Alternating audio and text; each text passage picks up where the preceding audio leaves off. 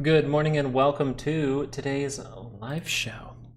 We've got a lot to discuss. Remember yesterday's video, we were talking about how on the macro scale, we are seeing some things start to roll over on the daily scale, seeing some things start to roll over on the daily scale with some terrible signals. So we overall talked about if we're not going to play out those signals, we most likely need to see this hold up over the next couple of trading sessions. And I truly do believe that. Something that I was researching throughout my morning was oil, actually, and why we are seeing these type of reactions. And also, I think it correlates to why we're almost seeing reinversion of those yields. And I think it adds up to we're seeing how big of a mistake really it happened, a big mistake from the Fed to actually cut rates when they did. And that's because of the stuff mainly going on probably geopolitically. Geopolitically right now, we notice that there are a lot of war things going on, right? We have potential for a huge war to break out. And there are a lot of things happening over there, and that's causing oil to rip. And now we're seeing that finally start to subside. So is the reason for yields actually heading higher because oil is saying, hey, this is skyrocketing higher? And I believe that we were a little bit interested in why oil has really bottomed and the market hasn't seen that as a bad thing, and those yields have headed higher, not seeing it as a bad thing. We're actually following oil a little bit here when normally we do have a little bit of a negative correlation. So I believe this will be interesting to see now that oil does back off. Does the regular positive correlation take over, where the SPY actually can head higher as energy sees a little bit of weakness? So we have to pay attention to these things. We do have those macro scale stuff, but remember yesterday's video was, do we buy ourselves some time in these shorter time frames? And that's what we're going to be looking at today. We're going to be seeing if things can curl up. One of the things that'll give us a good hint about that will be something like Amazon. Amazon does have pretty good reversal signals in here, and it tested a weekly expected move. And something else to discuss about the weekly expected moves in a moment is, are we going to tag those this week? So for the time being, Amazon has tagged it. You've got some decent divergences here, very significant on your RSI. I wouldn't say as significant on the MACD, but it's relatively flat here for the MACD. So we still have that point. If you're able to cross up, that could be some good news. But I would just be careful with anything, because we're seeing some looks across the market that say, yeah, we could head higher for a brief moment, mainly looking at something like Palantir. Palantir saying, hey, yeah, we could head higher for a moment, but what if this 30-minute creates a divergence here? And the reason that I'm paying attention to Palantir, because if it goes up to a weekly expected move, creates that divergence point, and we actually see this kind of look, we just see this weakness and momentum, maybe on the RSI at the same time, right? We like them to be at the same time. This can be an issue, because as you pull up something like a 2-hour, you have divergence that tried to confirm. That might unconfirm today. Really, the end of the day is pretty much the weakest time to confirm that divergence. But the reason that you have to pay attention to this is because of the daily scale as well, needing to curl down, showing that divergence point here. So you do have a moment in time where it says there is weakness in momentum here on multiple different time frames for Palantir, and maybe it just wants to make one more little 30-minute trap, one more 30-minute divergence to really solidify this. And I think that would be a massive signal to pay attention to. This is something I'm paying attention to very closely, and then thinking of taking a position for the next month. So I just wanted to bring up some of those topics so we can see them. Now, Apple really needs to build back here. So Apple is in a lot of trouble. Apple's in a lot of trouble, and because that daily scale has crossed, you have potential for, I would say, these all to be tops. You have potential for even maybe a triple top across the board on the daily scale with these type of levels. So we need to build back. Now, the thing that we're doing this morning is we're testing that breakdown area. If we can retake that, maybe reclaim 225, and I think consolidate above it. I don't think you want to dip down into this again. You really want this to flip up and remain positive. So if Apple's going to build this back and see a bullish run for a little bit of time, it's really going to need some positivity. And right now you are testing a breakdown area. Something to pay attention to as well, volatility starting to subside. No reversal signals here, so be aware throughout the day if volatility turns up again. Right, be aware if that turns up again. The main signals we're looking for from volatility are going to be the 2-hour. The 2-hour crossing down is my signal that says, hey, we could potentially have some kind of mini squeeze in here. So that's what I'd be paying attention to as far as volatility goes. And that can help you out if you're trading something like the SPY. But it's good to pay attention to volatility for pretty much all your stocks. Like if Amazon's going to see a big run, okay, then this most likely has to subside as well. As we look at something like Tesla is going to be important today, right? We talked about the structure to head higher. We talked about that a few days ago. The structure to head higher, we are leaning towards a pullback in this area to create some good structure. Now you do have potential to still head lower, create that divergence point. But as of right now, you want to say, hey, if this head and shoulders is going to play out, then this 30 minutes is going to cross and be able to go positive. That will be a big deal. If that does happen, you need to exceed and close above this level of about 250, and then that could curl up this MACD on the 2 hour. But is the job done? Well, the positioning of the MACD is rather low. So if that curls up, you have to be aware we could go fill this gap and maybe even see that as a lower high because we are negative at this point. We still have the potential to build up, right? If we go a little bit higher, create that handle, maybe go higher than this. If we get excited, watch out for a 2 hour divergence. So there is a way up, there is a way down. You have to be aware of a lower high here if things start to curl up. But for now, we just got to see, is it actually going to curl up today? And I think that's a big deal. Something we can look for in this move is if we get some kind of, I would say, 30-minute divergence that looks a little bit like this, that's when I'd be paying attention for that lower high. We'll pay attention to that for you. We might even be posting that to Patreon if we see that kind of look. But this is something to watch out for. It tells us kind of in the grand scheme of things, it's like, oh, over the next few days or maybe going early into next week, we could see some bullishness, but we have to be aware that things can really start to rotate over in these areas. That's just something very true there because of those macro signals. So let's just leave us on the SPY for a little bit here. I'm going to go look through some stuff on my other charts just to make sure there's nothing else we need to talk about. Thank you so much for coming in this morning. Thank you guys for liking. Thank you guys for subscribing. You guys are fantastic. So make sure to give a like to the channel so we can discuss how this bounce could lead us to a weekly expected move. And that's actually something I wanted to talk about.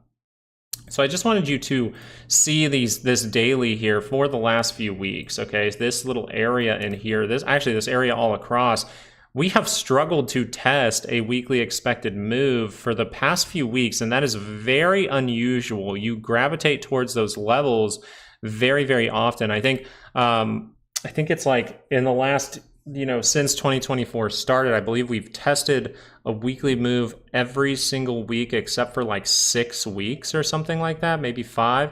So that tells you that the probability of testing a weekly expected move this week is probably pretty good. I mean, it's usually it's mutually exclusive as far as probabilities go if you've taken probability courses, but it's mutually exclusive, so it doesn't have to happen, right? We don't have to test a weekly expected move. But as far as how often we do test these moves and how we have not done that over the past, I think it's about 2 to 3 weeks.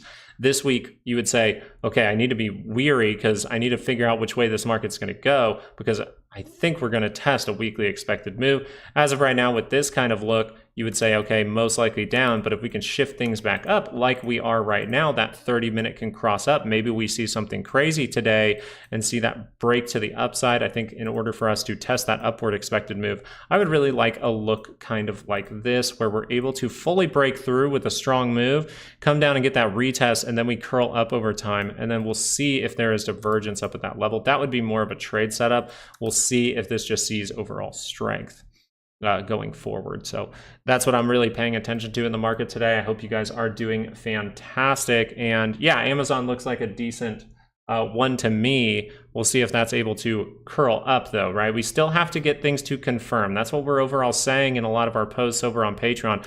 Make sure things are confirming. Make sure things are confirming, because you have to be weary when, even if Amazon has a great signal, well, Apple has kind of a terrible one. So you need Apple to get rid of that signal as of, I would say, today or tomorrow. I think you only have 2 days to really get rid of that signal.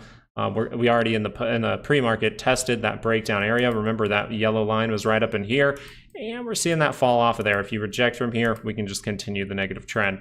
Let's go take a peek over at NVIDIA. This one just seeing more and more positivity. Remember, the main signal here is going to be a 2 hour. Seeing if that can curl back down. You pretty much have little divergences on the MACD. Not the best on the RSI, rather flat here across for the RSI, right? So as that is pretty flat, we need to say, okay, this could just keep going. This could be a pullback to something like 125 to head higher, right? Retest that overall, I would say, I'll call it a neckline for now. But as we did not make the, I would say, good structure to head higher, we really did not make, we made a small little handle in here. I would have liked a deeper one, maybe go fill this gap and then curl up over time to really gear up for a big move. Because we got out without creating a bunch of, or grabbing a bunch of liquidity, this could fade decently quick, but maybe we need to go to a weekly expected move again to create some kind of reversal signal, which your weekly expected move is right above you. You're pretty much right at it at these highs. So that's something to pay attention to going forward. Let me take a peek. Let's look at these guys. They are suffering. This is one signal I want to pay attention to throughout the day. The 30-minute on GameStop. Is that able to turn up? Are we able to build the good structure to head higher? That's something I'll be paying attention to. My hands started to cramp for a second. As far as it goes right now, the dollar is still consolidating, by the way. If we look at a 2-hour, you can see the dollar has just been consolidating. This is in no way an indication that people are buying. So if we do head higher, the dollar stays elevated. We need to pay attention to it because that still means that this could be some kind of trap. We'll look for if people get highly positioned to the upside at that point as well.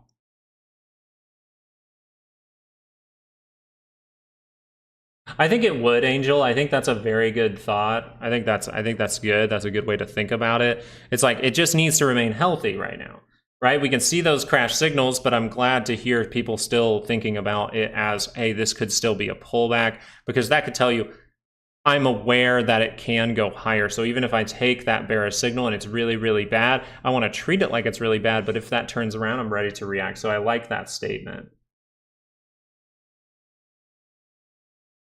Still bearish? Oh, I'm not bearish. I actually was saying that there's good signals for some stocks, but there's bad signals for others.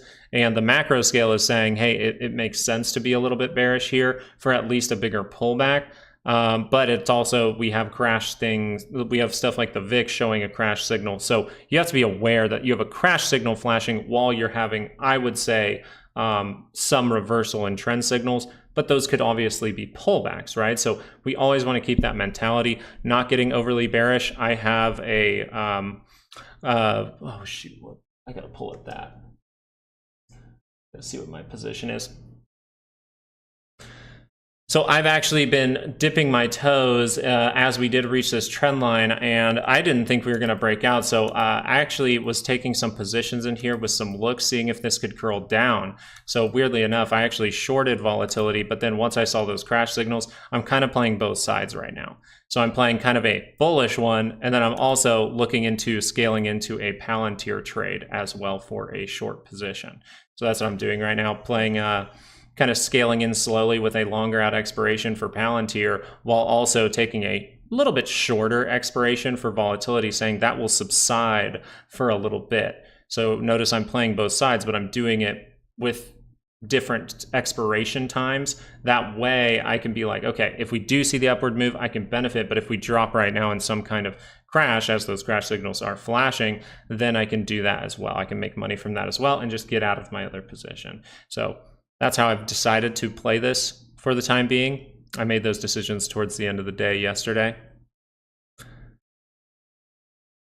But as of right now, if you curl up, bullishness would be the most likely thing, right? You're still within range here on the 30-minute of going positive. I didn't write these down in my booklet either. I need to write these down in my booklet.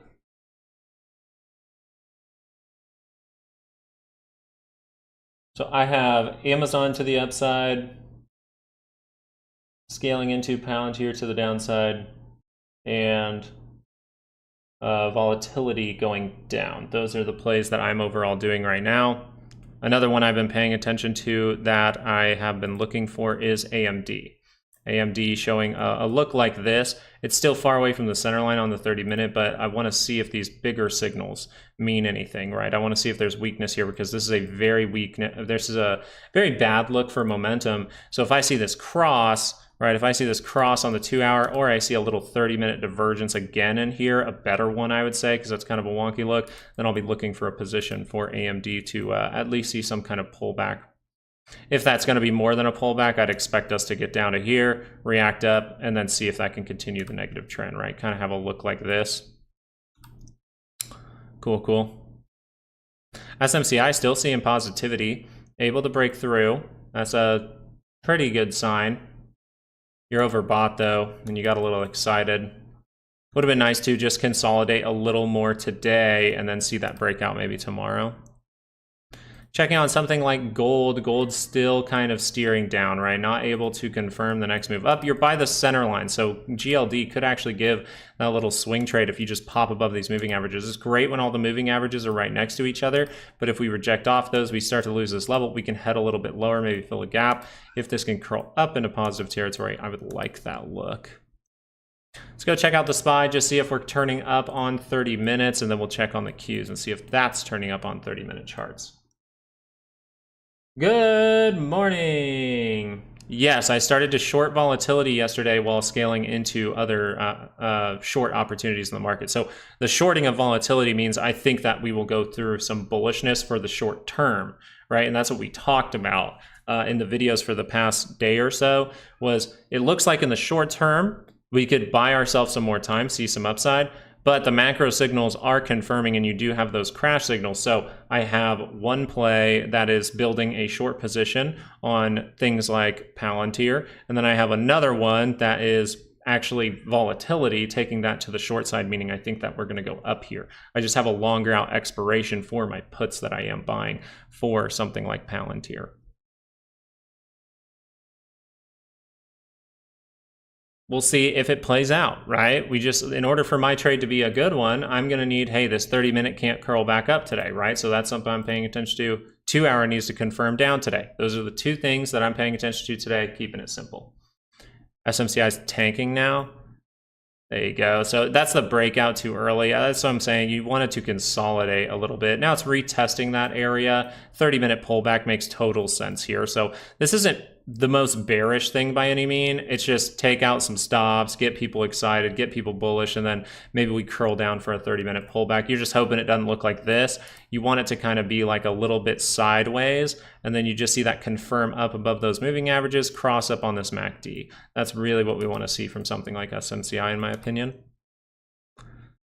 Let's go look at DJI, the Dow Jones, really paying attention to this because you do have a 30-minute divergence forming for the MACD, not the RSI at the same time. So that would lead me to believe, hey, this could be some kind of bounce. Watch out if that fades at any time.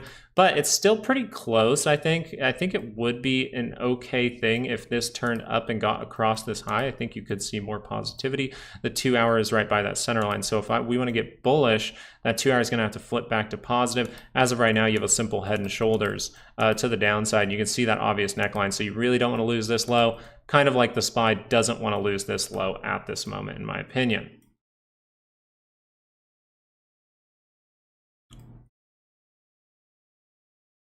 Wow. Good stuff. I like it. I love it. I want some more of it. Dollar's still just in that consolidation, not dropping off. So we have not seen anybody really showing us, hey, we want to buy. Right? No big buy orders probably coming in. If they are, well, might be retail.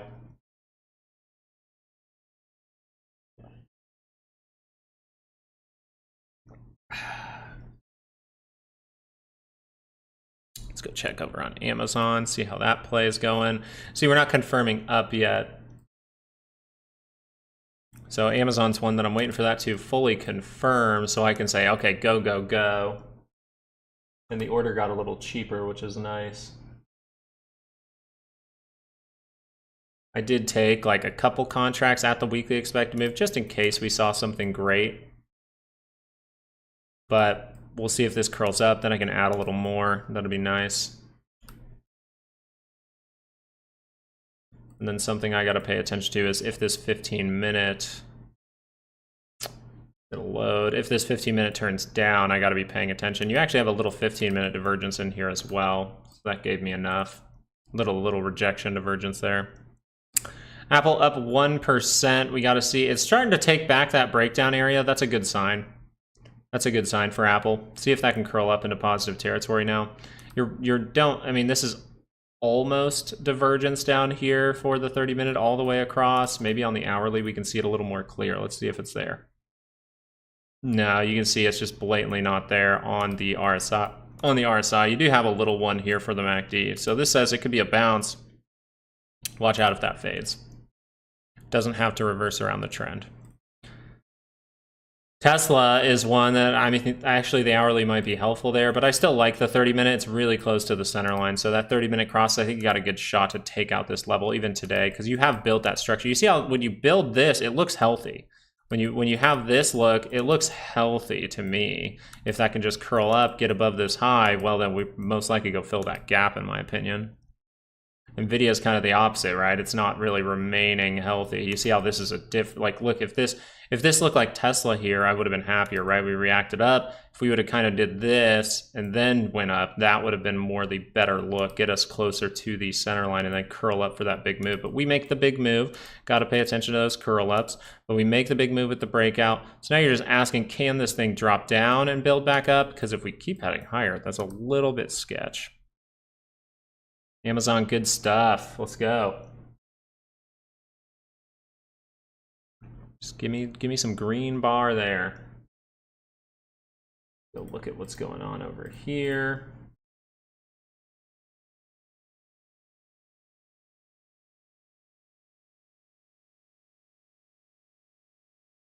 I know that yesterday, the only real news I could find was it seemed like Kamala Harris or the Biden-Harris administration was pretty much begging Israel like not to retaliate very hard or at all. I thought that was interesting. Look at Amazon on my charts where I can see those weekly expected moves. Remember, if you want the weekly expected moves for something like Amazon, why we thought that it could bounce from this level with the good signal here, well, it's because of those weekly expected moves. They really help you out. So pay attention to those weekly expected moves. If you want those, you can get those over on Patreon. We do give those out for pretty much all the stocks that we look at on this channel. Microsoft included, Google included, AMC, GME, even gold, Palantir, and the DIA. DIA as well, which is fading the move as of this morning. Got to be a little worried as things like the home builders have suffered lately. That was our first indication. Let's actually look over at XLU. I know that's on my thing somewhere. But XLU, the reason that we're saying we have to pay attention to downside is just because of things like this happening all at the same time. This could all just be a big pullback though, right? It's just, that's a signal you see at a lot of tops. XLU confirms a divergence, SPY does too, Qs make a lower high. All that is happening right now. So we're just paying attention, but if these things can base out at any time and curl back up, that would be nice, right? I'm never really begging for a crash or anything like that. I'm really more so just hoping there's good trade setups every single week. And if that's a bullish trade setup, I will be taking it, just like Amazon. Got to keep our eye on that one. All right, let's go into a 30-minute, see if we're holding these type of moves with the Qs. Holding, I think, a little bit better.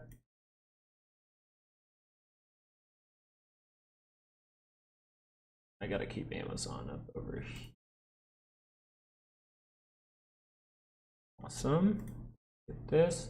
Palantir, great move. So I'm glad I was paying attention to the 30-minute signal here. I was really thinking, hey, we could get one more trap to the upside. Great move from Palantir. 2.3%. Very cool.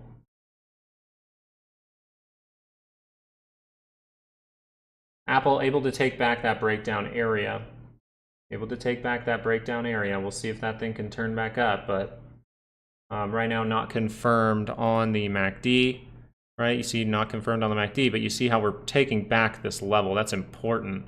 We don't want to reject anywhere in this box, but this is the first step to seeing good things again. Now we need to break through, and then we got to watch out for 225 because this doesn't have a reversal signal behind it, so we have to watch out for reversal or for rejections because you don't have the best reversal signals, but you do have one. So this can be a pop. We'll see if that pop happens.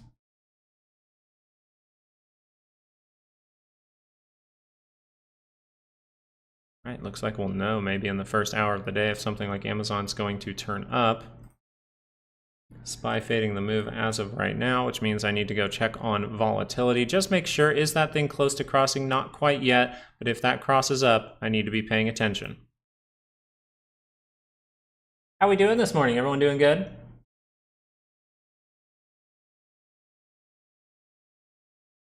Everyone doing good out there? I hope so. Let's see what some homies are talking about, maybe with Bloomberg real quick. I just want to stay aware of what people are talking about.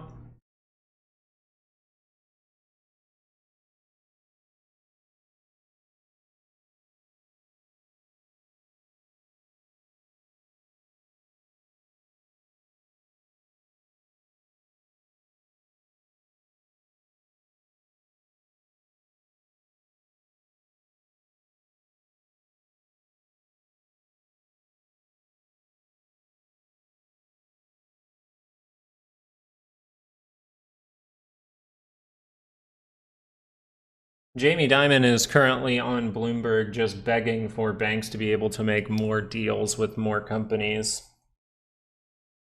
Probably not something you want, to be honest.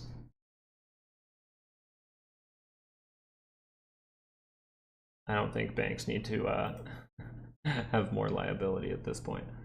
Watch out for NVIDIA. It is approaching that weekly expected move just above you by about 1.5 or by about a point from here. So you just be aware that this is getting towards pretty much as high up as the options market was expecting for the entire week as of right now.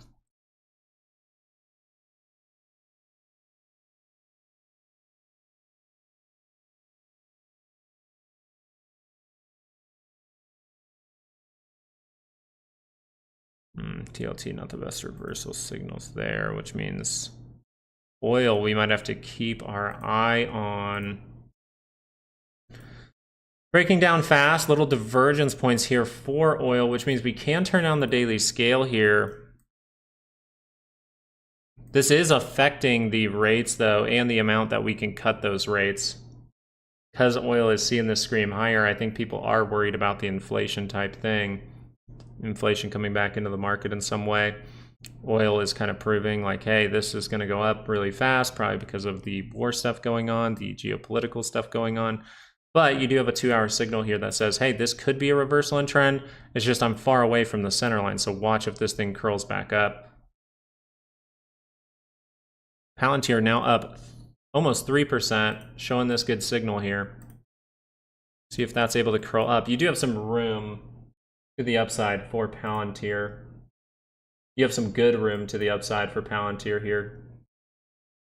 Almost like a whole nother 0.75% move higher.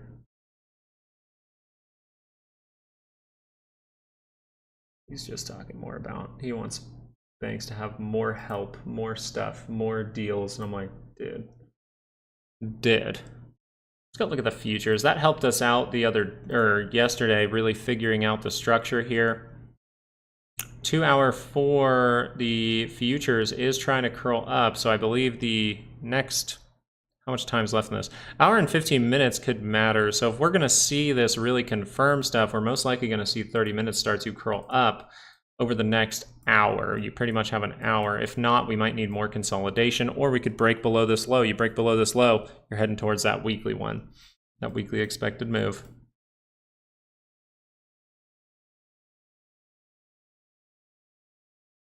Meta is one as well. No big reversal signals on the 30-minute, kind of like Palantir could make that next move higher, show that weakness. How far up is Meta's move? Could that create something? That might be too big. If you go to the upside weekly expected move for Meta, that could be a little too much. That could not make the divergence if you get all the way there. We'll see. Maybe you get a pullback divergence for like the RSI, not on the MACD at the same time. And I'm just clicking around a bunch. I got a lot of stuff to pay attention to today. One of them is this. One of them is this. Very, very big deal. And then the other side to that is going to be if this can cross down, very, very close to doing that over the next couple bars. So today, you can really show some bullishness today. I'm going to go click over and look if there is any news coming out. As of today, balance trade, export, imports, but the main thing is going to be the FOMC minutes tomorrow, which I believe it is priced in now. It was 50 basis point cut in November. That was the overall take, but because we've seen oil explode, they probably didn't even want to cut those rates the first time. So now we're most likely going to see a 25 basis point cut in November. I think that's the most probable thing at this moment. And then on Thursday, we will get core inflation rate month over month, core inflation rate year over year. So those are expected to, you want to pull this across, those are expected to, looks like tick down, down, down, down, down. So everything is supposed to tick down as of this moment. That might help those yields out, give them a breather for a sec.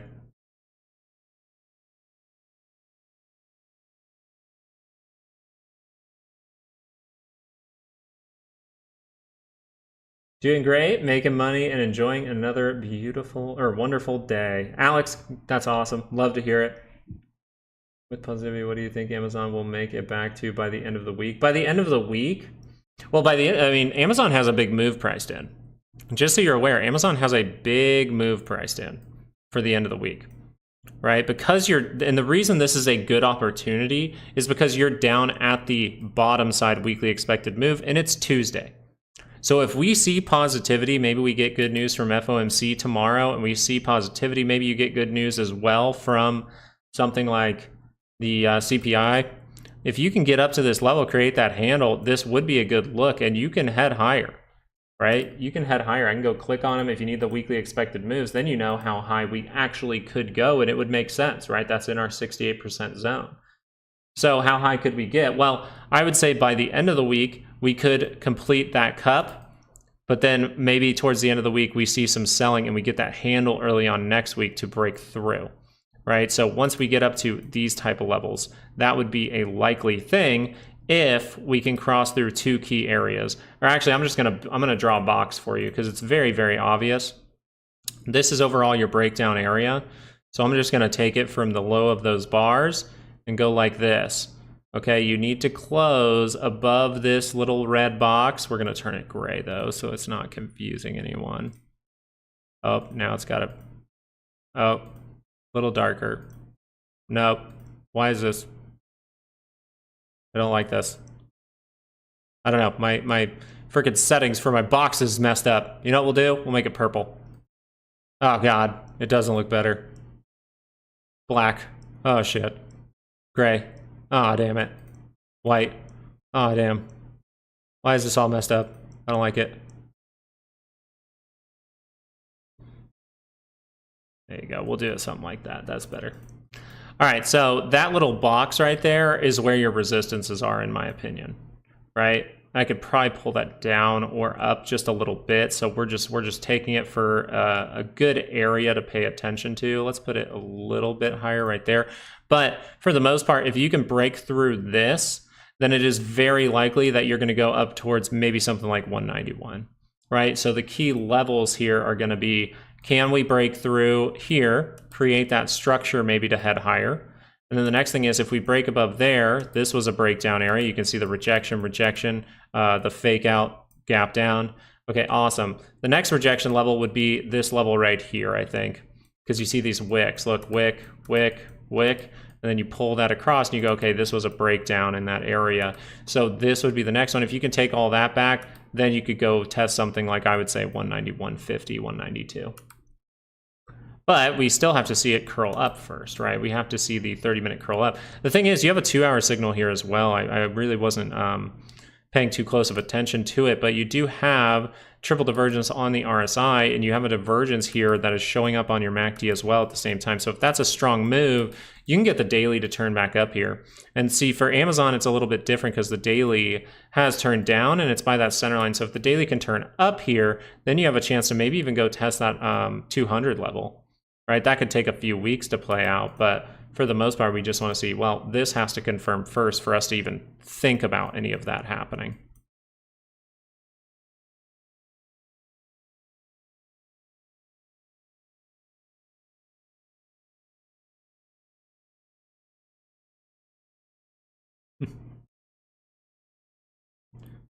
I hate when my stuff messes up. Now I'm gonna have different color rectangles on everything. Frustrating.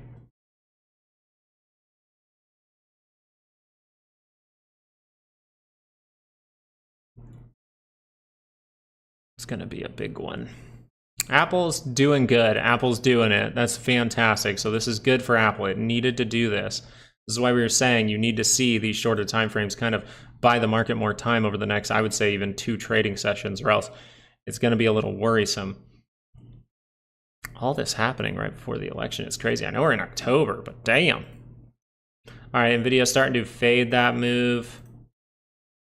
15-minute not able to curl up one more time. We still like our 30-minute signals. AMD showing the rejection. Nice.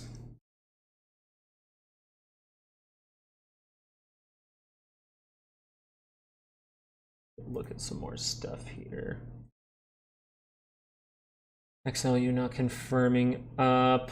Microsoft was another. So Microsoft was one that had a good signal, got rid of it, and now it's seeing bullishness. But you do have a big 30-minute divergence across. If we pull that into an hourly, you're probably seeing that's a little bit good there. But you don't have it on the RSI at the same time. So this could all be not a reversal in trend. These can curl up 2 hours, right? These 2 hours can curl up, but I want you to notice how deep that is into negative territory. So the most likely situation, if this 2 hour does curl up, is rejection at a key level. What key level would that be? I believe that would be somewhere around this little area in here, 419 to 420, and the top of or the bottom of our zone. If you can curl up, see a big move, that's great. But if you reject from something like 425, then that all could just lead to, uh-oh, this is another lower high, and we're going to continue that negative trend. So if we didn't do this, if we didn't do this big drop, and we held at those levels with that divergence originally, and we curled up, then you could be talking about a different story.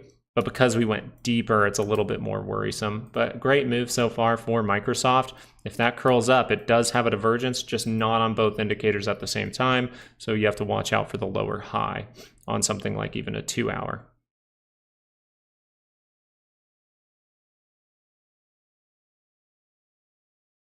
Still going. Nice. If that little blip didn't happen, man. If that little, it had such good signals right here. It had such good signals. It looked like it wanted to do this. And if that would have happened, that would have been a great, great trade setup. Very safe looking setup there. Instead, now you're just mainly paying attention to Amazon. Amazon looks like the best play I could find. Who likes the look from Amazon? Who's enjoying that look from Amazon? Come on. Let me chug some coffee with it. Got to remember to keep my eye on volatility, on the SPY, seeing that, oh, it was trying to base out for a sec. We'll see if that can curl down on a 2 hour. That's going to be the big deal there.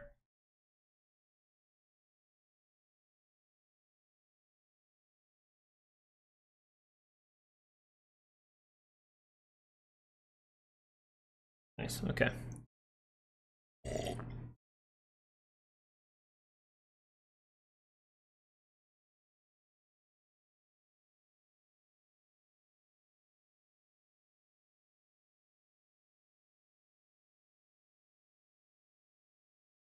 Just picked it up off the dip on Amazon. Yeah, it looks like a decent look. Now, we have to be aware of a couple of things here, right? As Amazon makes this push higher, I love the look. It looks fantastic. I'm not going to lie. If that would turn up, fantastic. I'll be adding a little bit more, right? Took the little signal down in here by that weekly expected move, took a chance with it with a low amount of money. That way I'm risk managed, right? My position size is managed with that amount that I'm putting in. Now, if this curls up, I can add a little bit to it. If I want to, I can take profit towards the first resistance area. That's going to be this box. And then I can see what happens with the rest of it. Up 8%, but being very patient. I think that's a good thing. I think it's a good thing to be patient. And that's fine. It still means you can take plays, right? Even if you're being patient, you just want to say, if I'm really going to do it, if I feel like I need to take the play, I'm just going to use a smaller amount of money. That's kind of what I'm doing. I'm like, I'm supposed to be patient. I'm supposed to wait for this 30-minute to cross. But as we're touching the weekly expected move and the signal looks good, I can take a little bit, and then say, okay, now that I've taken a little bit, I need to wait for the signal to make it a real position size. That's the best thing that I think I can do there. And then you notice that UVXY is going to suffer with this kind of stuff. So that's why we're paying attention to volatility and the SPY able to curl up. The SPY is going to be a big deal. 2 hour getting closer and closer. That means by the end of the stream, we might see if this curls down. Perfect, Chris. I like your mental. Mental sounds good. Let me pop over to Bloomberg again. Just see what they're talking about. I want to see what the real narrative going on, or things that they see as important. Let's see what they're paying attention to. And it's still just a guy asking for more bank stuff from JP Morgan, right? It's still that still Jamie Dimon, right? Amazon now up 0.92.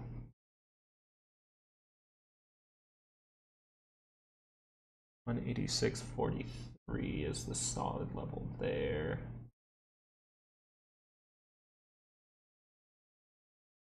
Then it looks like SPY is curling up.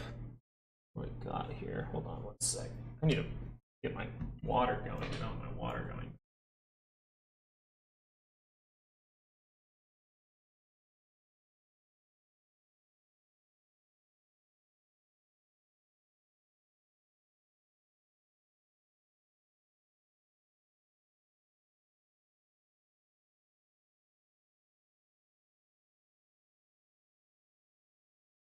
All right.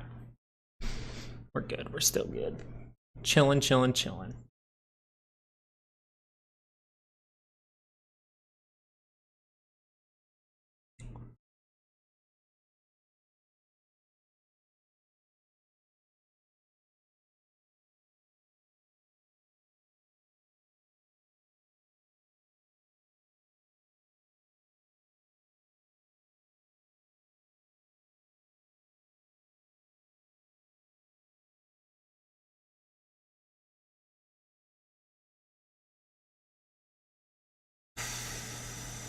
I'm trying to see if there's anything else that's interesting. So I'm going to click through on some 30 minutes over here just to see if anything's happening. Apple, strong move.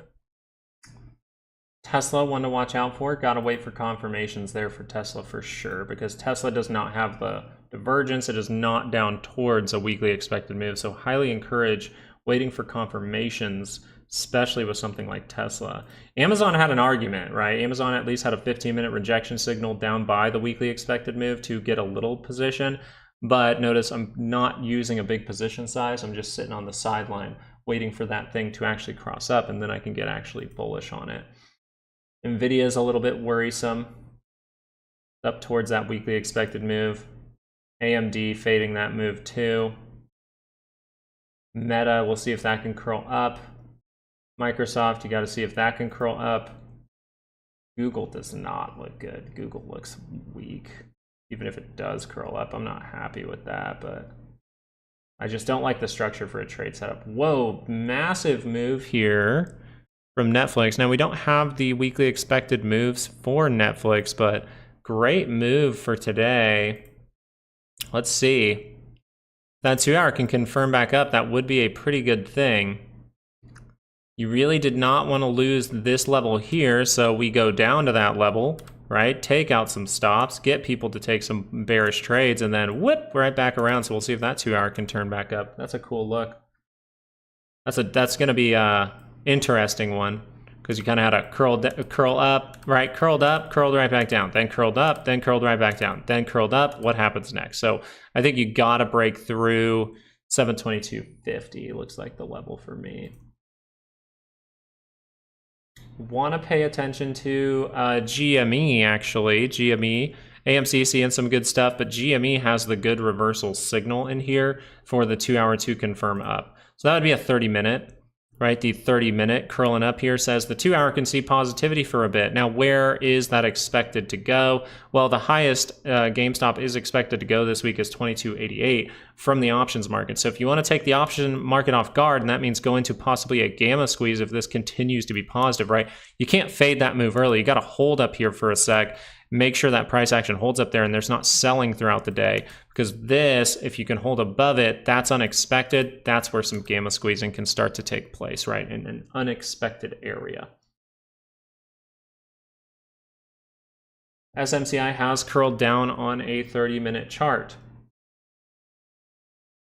That is saying it needs to pull back even more, and that is just the first curl down.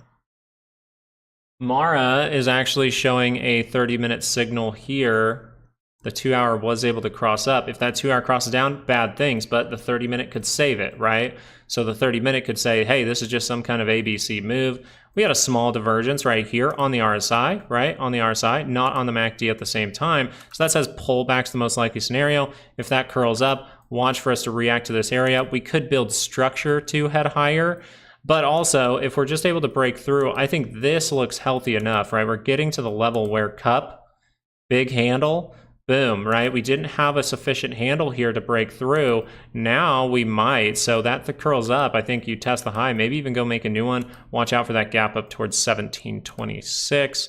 And then we can check on Bitcoin to see what's happening with this when we're paying attention to Mara. We're noticing a similar look. You do have that divergence. This is why I pay attention to Bitcoin when I'm trading something like Mara, is you see this, that's okay. That's on a 2-hour. 2-hour is pretty much a 30-minute in the regular trading hours, but you got to up them when you're doing something like Bitcoin.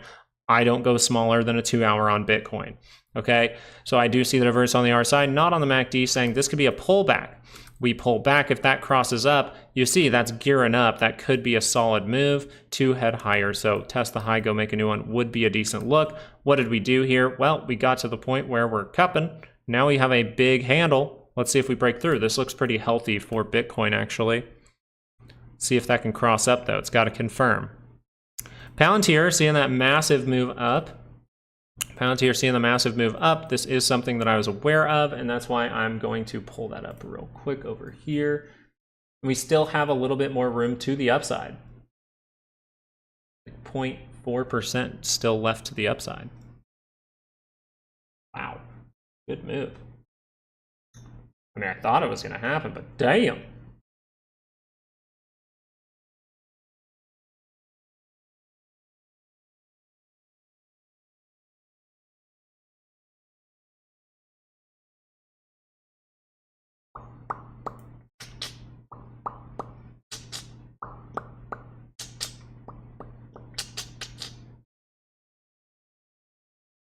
All right, volatility starting to drop off. Getting even closer to crossing, which means the SPY most likely trying to cross up right now. It's trying. It's getting there. Remember, we have a daily expected move there. Great move to start off the day. Amazon confirming it right now. So you got about 26 minutes. See if this bar can be a good one. And then that would say, hey, upside potential, right? Good probability for that 2-hour to cross up. Maybe get to something like 186.50. But if that rolls right back down, right? 15-minute rolls down, I got to manage some trade. But looking over at volatility, seeing that start to drop off dramatically, seeing the 2-hour here really look like, hey, I want to cross down. That can cross down a daily. If that daily crosses down, we could go through some kind of mini squeeze for a period of time here. Mini squeeze down to the 200. If it's going to be more than a mini squeeze, you're going to lose that 200 and head for 1212. But I think you have a good opportunity to do something like that. Go to 1683, hold up a little bit better. We'll see if that ends up happening. We'll pay attention to the signals if this is going to move down. Just being aware that it can move down if this 2-hour crosses, right? So I'm preparing my thinking in case that happens for when I need to react. So that would be down towards that 1683. We're still positive here too. Like if this 2-hour just wants to whip right back around after filling a gap, it wants to break down, that would make some sense.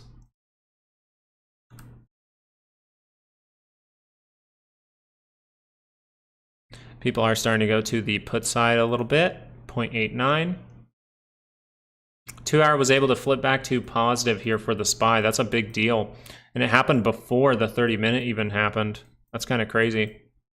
Now, 2-hour has a little bit more time, But the 30-minute here, you can see in about 24 minutes, if you get that strength, you have to be aware too, you're at that daily expected move. So it tells me if I think this is going to break through, we could consolidate here first, right? We could see rejection there. So I don't necessarily want to be like, oh, okay, if this crosses up, then I'm going to take a daily play all the way to the weekly expected move, right? That's not necessarily my thinking. My thinking is if I'm going to take a play here, I need a longer out expiration in case we go through that period of consolidation, or if we get rejection and bad things start to happen, I can react to those signals. I can make it so, hey, I could take a small loss. Taking a small loss, way, way better than taking a 100% loss.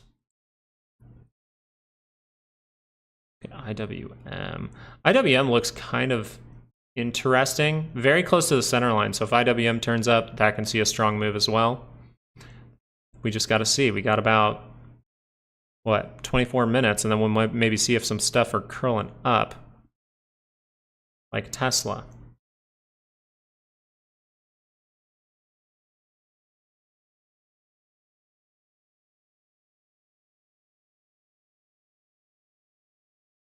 This is kind of funny because I think a lot of people are saying the market's going to go down. But I'm like Amazon is saying the complete opposite if it can curl up here. Hasn't yet. Maybe you're going through a little 5-minute consolidation in there. All right, let's see what you guys are chatting about. Parent company, military contracts with multiple billion-dollar companies around the world. Xena AI, that's interesting. Missed the exit on XLE. Energy's been pretty good, right? Energy's been pretty good. And, ooh, yeah, so the key one was this 30-minute divergence, the rejection one right here. That's the key. So weirdly enough, this was great because if you took it on the rejection, 93.82 was the sell. It's unfortunate, but the 2-hour has probably crossed with that, and you're just starting. So this can continue. There can be little bounces, right? Little 5-minute bounces, little 15-minute bounces. You're very oversold. Let's see if that's on a 30-minute. You're oversold on a 30-minute. There can be a reaction to bounce from here. You're testing a pretty good level. So it would make sense to kind of retest this area right here, but you don't have to. That 2 hours already crossed over. If that's taking over, XLE can see some weakness. That's explaining move, but man, does it look strong? It does look strong, I'm not gonna lie. It looks pretty good. And I think if you kind of look at this from the daily perspective, you're like, it still has room. It still has room to go. That's the crazy part. So you don't necessarily want to say, oh, it's at a weekly expected move, therefore it has to show weakness. What you're looking for is a weakness signal. So is a weakness signal popping up for us here? Yes, it is. It's very, very tight. So it's going to be a harder one. This is one where if I really wanted to take it, I'd be spreading it out on a 15. I'd be saying, okay, now we do this. It would make it very smooth. I see that curl down. Okay, I can take an opportunity. Maybe we're going to go through an hourly or 2-hour pullback at that point. Right? I can do that, but I have to see reversal signals at that weekly expected move. It's not just weekly expected move. When we touch it, stock go down. That's not how it works. This is a 68% zone, right? 32% chance to just see something crazy. So you want to make sure you're seeing a reversal signal, and then that's where you really make a decision. Same would go for AMD, but I think this one has a little more upside. I'm just a little more worried about AMD's 2-hour signal. I think it looks pretty strong, Mojoma, but it's kind of like this too. More when you're at the weekly expected move and you see reversal signals, it goes, or you don't see reversal signals, it's like, still, does it look like a good trade setup? Is it a swing trade? Is there something saying, hey, this is a good timing to get into this? Or is it more saying a pullback here would be a good thing? That kind of thing. It's just to keep you from FOMOing too. That's something that can help you with those weekly ranges, is using them like, does this have more upside? Well, for the week, it says no. We're early on in the week. It looks really strong. But do I want to FOMO into something when I see this kind of look? No. Even if it goes up, I can say, okay, I'm still being a good trader. I'm making good habits. CHSN is cheese and rice. That is a pretty big move there. That's a good move. Not really I wouldn't say Great setups. There might be a 2-hour pulling back in here. Yeah, there it was. Let's see, did that give you any kind of hint early? There's the 2-hour cross up for the swing trade. Oh, this little green bar here. Or actually right here. This one said up, up, up. This one didn't cross it back down. This one said up, boom, to the upside. So if you were swing trading it, it made sense. But other than that, this thing's just screaming higher. There's no real analysis you can do. Maybe you see a 30-minute pullback or something, and then that crosses back up. But you could get way by the center line for that. You have a ton of gaps. You can go fill any of these and then see if that turns up. Great move. 2-hour swing signal was there. Ballsy. Like, I'm sure you didn't expect this if you were taking a 2-hour swing.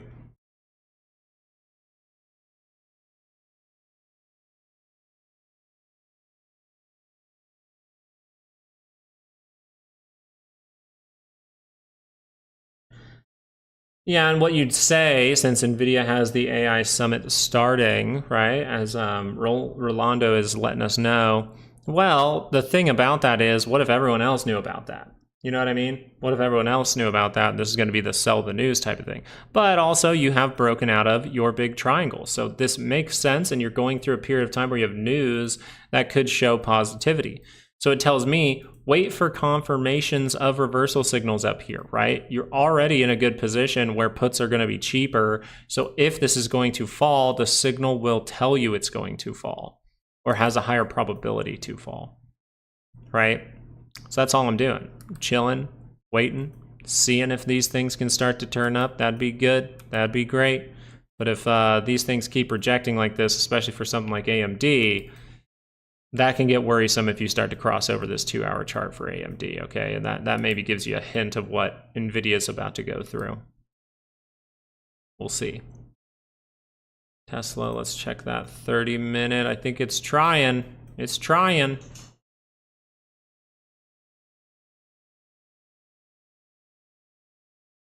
Alrighty.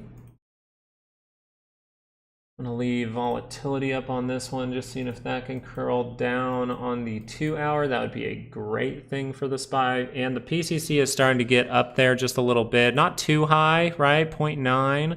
We gotta see if this is reacting to higher levels. And then if we see kind of the dollar dropping off too, that would be a good hint. You're actually seeing the dollar start to scale up, and if that curls up on a 2-hour, that still can take the difference between the two, right? So we can see the dollar head up and the SPY head up at the same time. We might want to react to that, especially if people are getting overly to the call side. But right now we're seeing us more, a little bit more, I would say, in the middle towards the put side, towards that 0.95. Once we get in that little area right there, I'll be paying attention. Volatility again, just mentioning, watch out if that thing curls over and confirms, right? It has to confirm.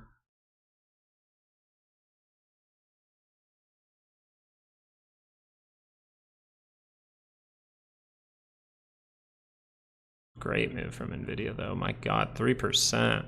NVIDIA not showing the weakness AMD is. Check on our buddy Palantir. A little excited move, but a good move. Being patient with that one. Letting the golden setup set up for Palantir. I think there's going to be a golden setup here, and I will take that with both hands. If it forms, right? I got to have it form. If you want to learn the golden setup, that's down in the course down in the description right now. The technical analysis course down in the description.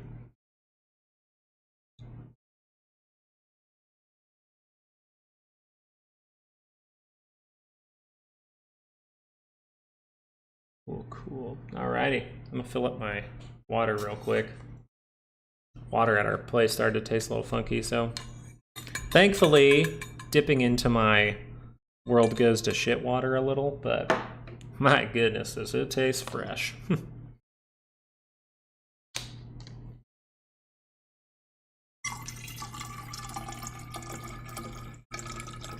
It's water, guys. I'm not peeing.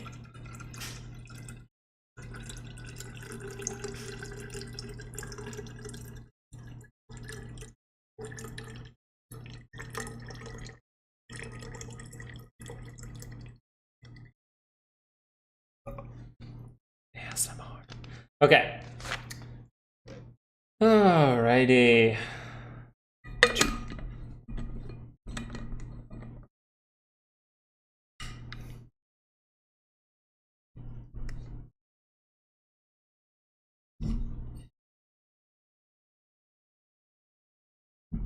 Oh, that's fresh.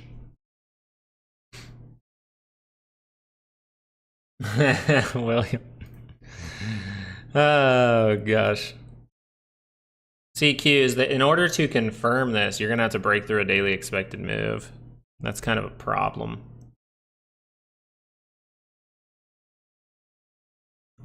What's the 2 hour look like for the Qs? Yeah, see if that can cross back down. But you've gone to that breakdown area. You haven't really lost it fully, right? You weren't able to fully hold down below there. So I think this would make some sense. And if you really look, you can see, I think we talked about this a little bit. You really see how we reacted to that key level. We tried to make that small handle and break through, failed. So we dipped down to find more buyers. Now we can maybe break through. And this would be good. You go up, you do something like this, you test these levels, you curl back down, find that. That would be nice. Use that level of 487.50 as some support now. Got to see things curling up though.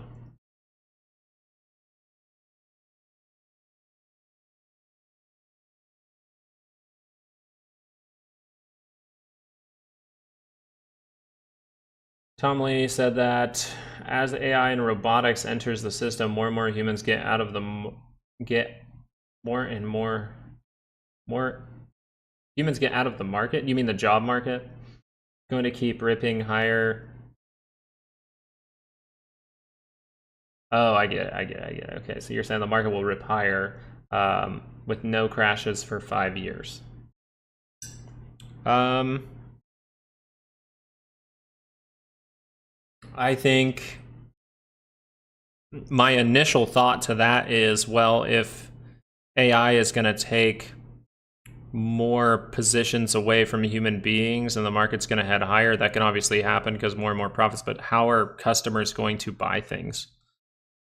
If all these people are going to be out of a job because of AI and all you have is people who maintain, right, maintenance on robotics, maintenance on AI, maybe that's going to be a bigger field than I think. But for the most part, I would go, how are they going to sell product? I would also start to think, oh, if you're leaning towards something like just bigger government, I think AI would be an easy way for that to take place. AI can't go on strike. Robots can't go on strike.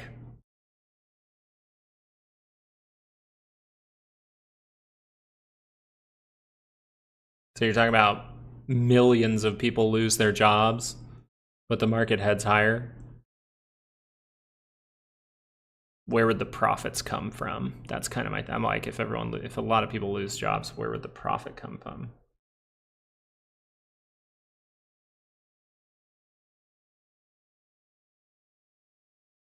$18th of October. Just depends. Look for a bigger signal here. 2 hours still crossing up. Getting rid of the divergence here for something like NVIDIA. This 2 hour bar matters. You still have an hour and a half left. From the signals, I want to be like, you're not screwed. That's what I want to be like because of this little guy here, and we're still seeing some wicks. You're not seeing it just rip and rip and rip. But you might want to zoom out to a weekly scale and say, if that turns up, then you might want to be a little bit more cautious, right? If that turns up, you're seeing the breakout. So where could this technically take you to? Well, if we kind of measure this out just briefly here, I mean, I don't like measured moves too much, but if you measure that out, well, you could head all the way up towards something like 173. So you want to see, and since that's saying 173, that means if this weekly is going to confirm up, we could head all the way up to 173. That's where I think I would be like, ooh, I'm getting screwed. More so would say, I'm not taking a position in NVIDIA because I'm still waiting for a signal by the weekly expected move, right? I'm still waiting for a signal up here. So if this would, I would say this, today, if this can confirm back down, you kind of lose this level of 127.80. It can react back down to 125.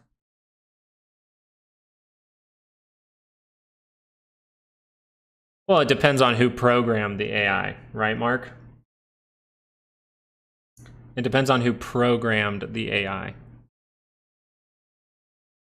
Because that's the thing. It's like, there's a reason that when you use Google's AI and you ask certain questions, right now Google's AI, I think it's called Gemini, it will tell you that a man can be a woman. That we're not, it will like argue with you about that type of stuff. And it's like pretty much you're born as an it, and whatever you decide is what you become. It's like, that's probably not true. A lot of people with prostate cancer might argue with that a little bit. The other thing I thought was interesting was I do a lot of, I'm a nerd and I like statistics, so I'll ask AI a bunch of questions with probabilities and throw out a bunch of numbers to it. It never gets it right. It gets very simple things wrong. Like there was a period of time where I was just like, I wonder if you could use AI to calculate if I could win the lottery.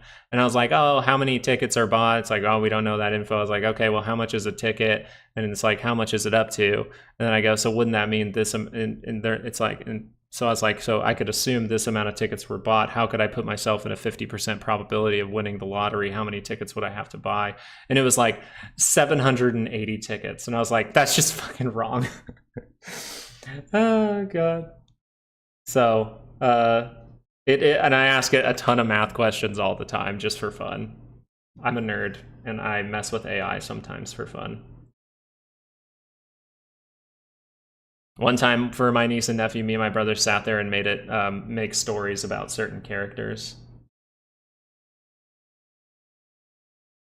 Yeah, exactly, Dawson. And the thing is, I correct the AI on the math, and it'll be like, oh, you're correct. That is the correct answer. I'm sorry for the confusion. The correct answer is this. And then it'll tell me exactly what I said back, and then I'll ask it the same question, and it'll get it wrong again. And I think that's just very interesting. See, look at this. Look at this wick coming in for NVIDIA. Amazon not wanting to confirm that thing up, huh? There you go from Apple. Remember the 225.84 level that we talked about from Apple? You got to break through that. Resistance coming in at that 225. You could probably win $3, just not the jackpot. Yeah, you spent $780 to win $3. I don't know if that's the best return. I mean, this isn't Meet Kevin's channel, but maybe we should ask him about that one.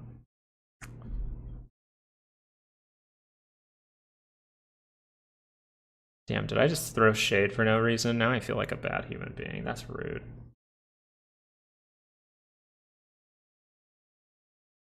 All right, and this is the other signal for AMD that I don't like. And the reason that I'm not going to like it is because you see this on the 30-minute. I'm going to pull up a 15 and just show you how wavy that is. You have a rejection for the 15-minute here. This is saying you can see a 2-hour rollover here, and you have a 2-hour divergence behind it.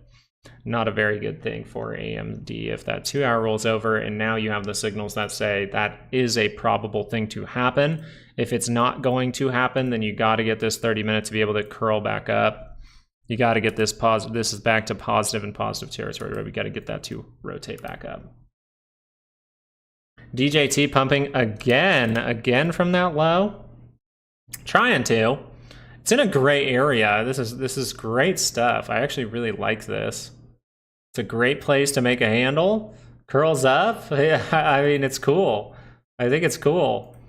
Daily scale turned up. Got diverged on the MACD. Not really on the RSI, but good stuff. I don't mind that at all. Now, 2 hours pretty cooked still. You might need more time of consolidation here before you're able to break through this. You could spend some time in this zone. This is a little buy zone. Spend some time in there, right? See if you could do something like that. That would be nice for an actual trade setup, but you're reacting to a fantastic level. I mean, look at this. Left, right, left here, head. You come down like this. Got that right shoulder. Not a bad look. But it's just taken off. It's cool. SPY going back over to that. I think one thing we got to keep our eye on is what Apple's doing. We got to see if Apple's getting a major rejection here. It needed to cross up on that 30-minute, didn't do it. Amazon needs to cross up on that 30-minute and hold it. You're not out of the woods yet for something like Amazon.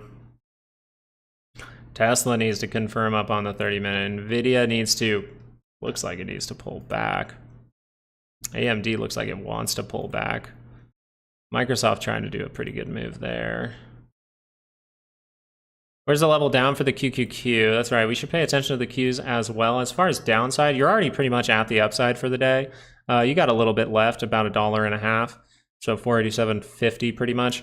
But the downside for the day is 476.71, pretty big range. And then 475.94 is going to be the other one. So that area would be a very cool area. And SPY showing a similar look in a buy zone. See if that's a pretty good buy zone. Yeah, it's pretty good. Let's see. Resistance, resistance, resistance, resistance, resistance. Gap up above it. Pretty important zone. So you see how if you lose this weekly expected move and you're not able to hold up, that's going to be a bad thing. And even if you do hold up there, this could be a massive cup with a handle. It did tick up on the 30 minutes, so that's telling me to go, go, go. So that's what I was doing. I was go, go, going. Now I got to see, because if this 15-minute rotates down, that means I got to probably manage the trade. All right, so if we really said, hey, Amazon looks like the best look, awesome.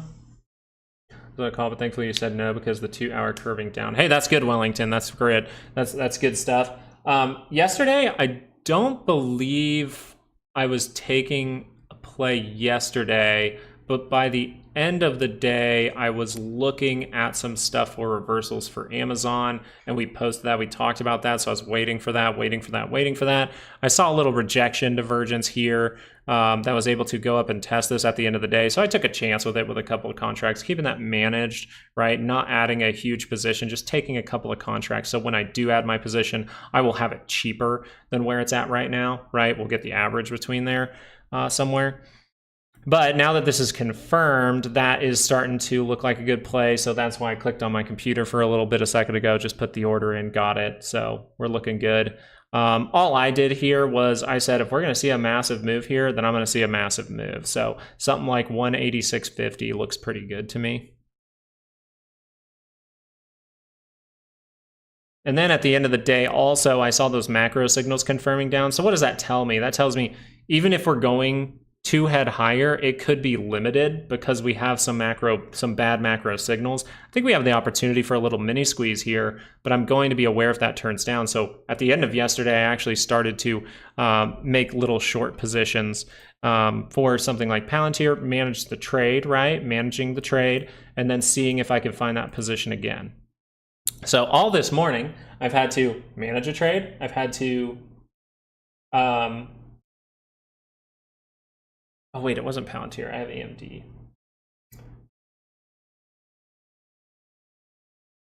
Okay. This is why I need my booklet. God damn it. See guys, this is the bad part about ADHD. I always forget things. I have my little booklet that I write my stuff in.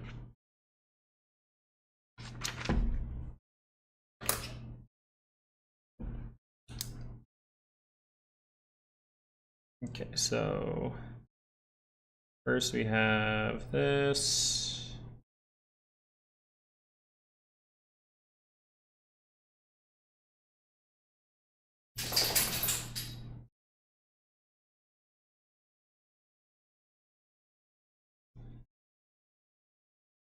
Usually I'm doing this at the end of the day, but I did not do it yesterday for some reason, probably because I was paying attention to the charts. Burdens, and then we have AMD where we're building.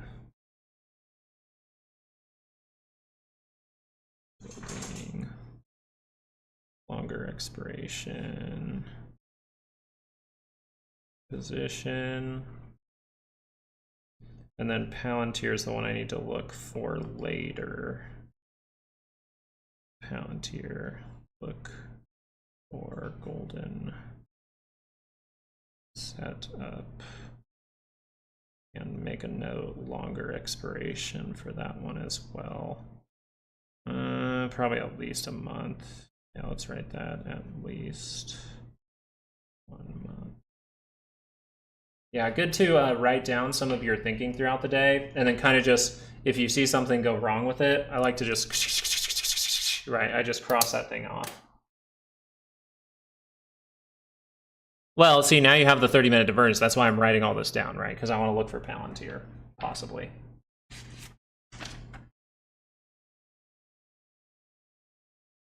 So I have AMD with the signals right now for a put play, longer out expiration, looking for Palantir to form something here because I really like this setup going forward. See, the chat helps me out. You helped me for a second there, made me get my thoughts straight in my book here, and now we're good to go.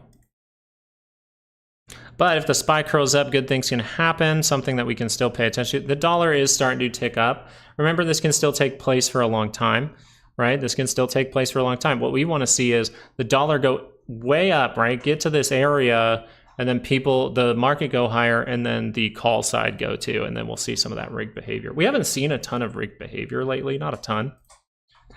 Volatility for the time being, 38 minutes left, and then the next bar will tell you if volatility is going to subside. So we need here too. That's not. Freaking lost my page. There it is. Okay, and then.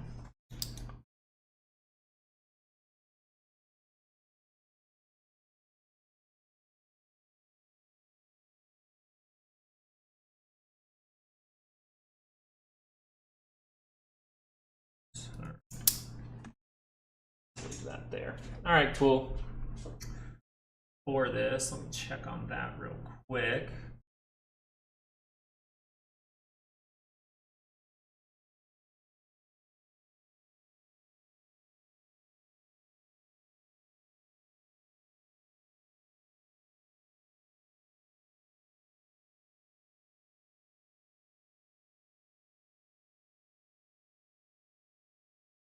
Just the end of yesterday, and then I immediately wanted to make that video.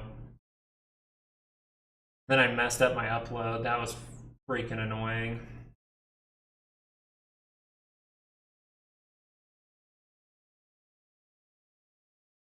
Now we still have the opportunity for another 30-minute curl up. 2 hour going positive here for the keys. Watch this in 57 minutes. This is kind of a rip around type thing. Or for the SPY. Key similar story. 2 hour is confirming up, telling you, hey, swing trade to the upside looks pretty likely. You got to see how the 2 hour can get us now up to that weekly expected move upside. We'll see if that starts to fade, right?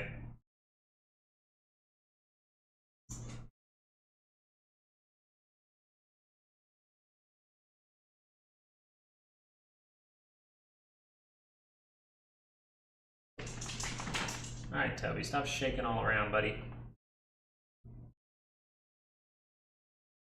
Long-term entry into TLT. Let's go look at TLT. I think that's a good thing to pay attention to. Something you can use here is going to be the 10-year, because I don't like these looks, right? We don't necessarily have good divergences. We have a rejection happening now, but look how bad that looks.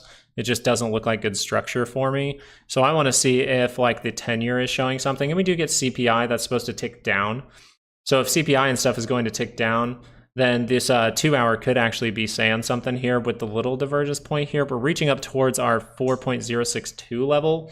And so this would be a time to pay attention for maybe like a bigger 4 hour pullback could happen here.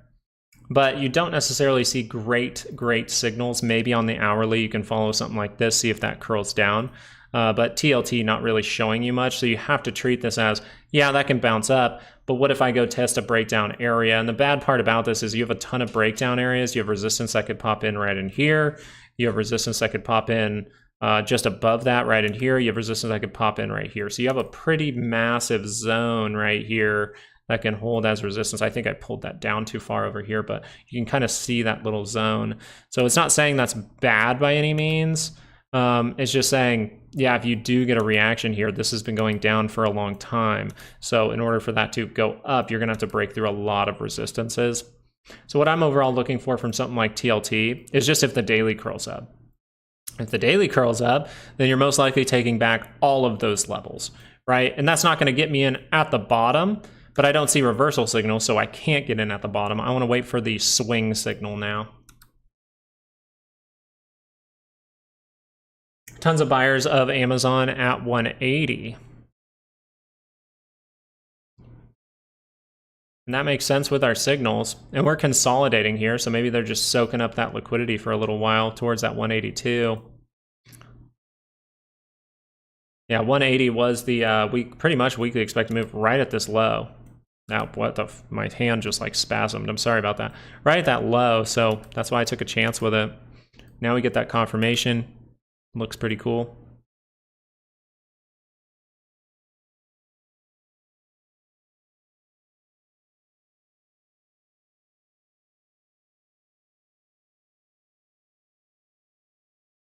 Oh, shit. I gotta stop leaning over. All right, here's what you do. You're gonna get your back straight. Because I've dislocated both shoulders. All right, so I have to do this. Flex your abs a little bit in your chair. Try not to use the back of it. Flex the abs. Roll the shoulders back to where your shoulder blades are pinching. All right, now we're sitting up straight. Look at this.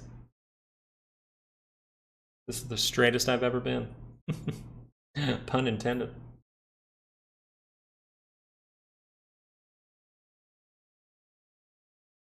Still crossing down, so this is going to matter here in about 33 minutes.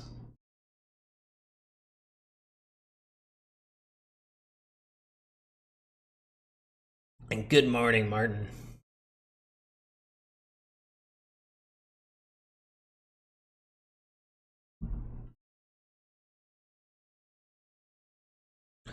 That's something to keep our eye on.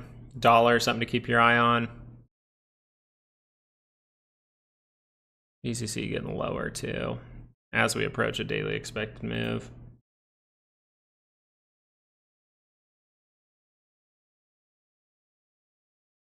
I do have a small position. It's kind of one of those ones where I took a small position waiting for it to show me a little something else, right? Small position, and then I wait for a moment, see if that 2 hour crosses down. I could add to that position at that point if I want. Because AMD, I don't believe that was at a weekly expected move. Yeah, not at a weekly expected move.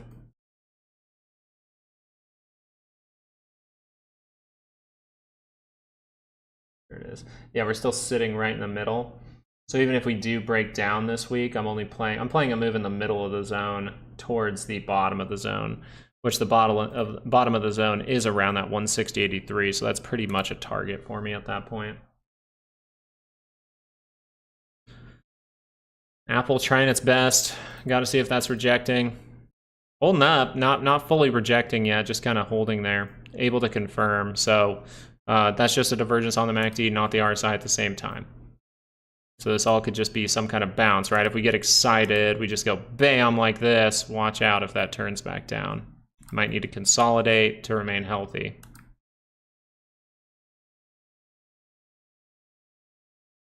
All right, Qs are trying to curl up right as they reach the daily expected move. We can get consolidation here. We could have resistance here. If we break through, we can see something crazy. But and you do have volatility wanting to turn down on the 2 hour at the same time. So we could see something crazy to the upside today. We'll find out. The only problem with that is the dollar is starting to scale up just a little bit, so a little bit worrisome, and people are kind of going more towards the call side now. You notice we're getting towards that 0.8 level.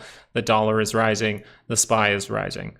Okay, so this is kind of where you have to say, okay, we're starting to get a little bit of rigged behavior that says we could see a rug pull. Doesn't mean we have to extremely drop, like, right? Extremely drop extremely fast. It just means, hey, we could consolidate up towards that daily expected move. People have calls now. As we approach that daily, that's when you want to be paying attention for consolidation or even some kind of drop, right? Q is good move, though. And you want to say like something like NVIDIA could be the reason for that. It's showing this little 30-minute signal, tiny little 30-minute signal here for NVIDIA saying, hey, we might need to go through a 2 hour pullback if that crosses down, right? It can see something crazy up here. It's at the weekly expected move, so you can see something crazy. I believe you already are getting rid of a lot of those divergence points, but now you can have that 2 hour pullback to 125 is possible if this 30-minute rolls down. And that's going to be tight, so you could just see this go like that, and then it says, okay, that's crossing down, and then you end up down at this level, so we'll see.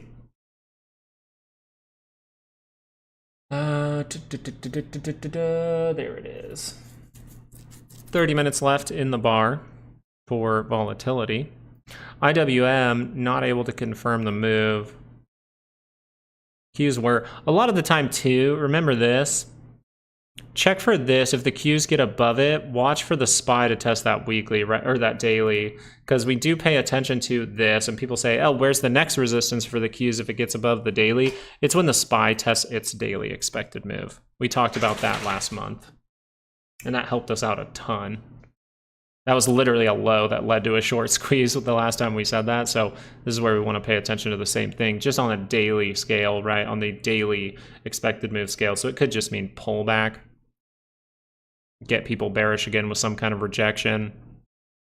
But dollar turning up is something to pay attention to. This is different than the consolidation. I gotta sneeze. Chewy. Wait, did I just say chewy? Wait, chewy.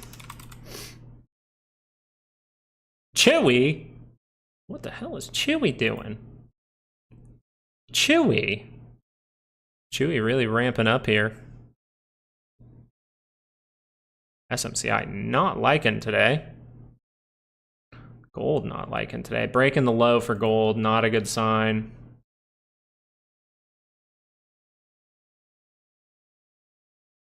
Pretty bad sign, to be honest. It's like crazy that volatility looks like it's going to subside on a 2-hour, but you have things like gold just tanking.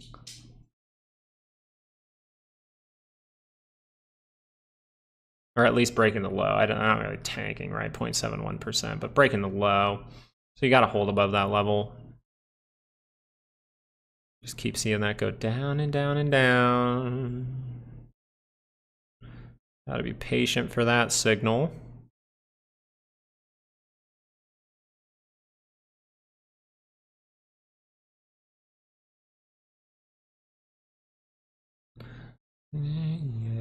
Housing market suffered a lot. Rejection divergence at the low. See if that can test this. Testing the first breakdown area as of now.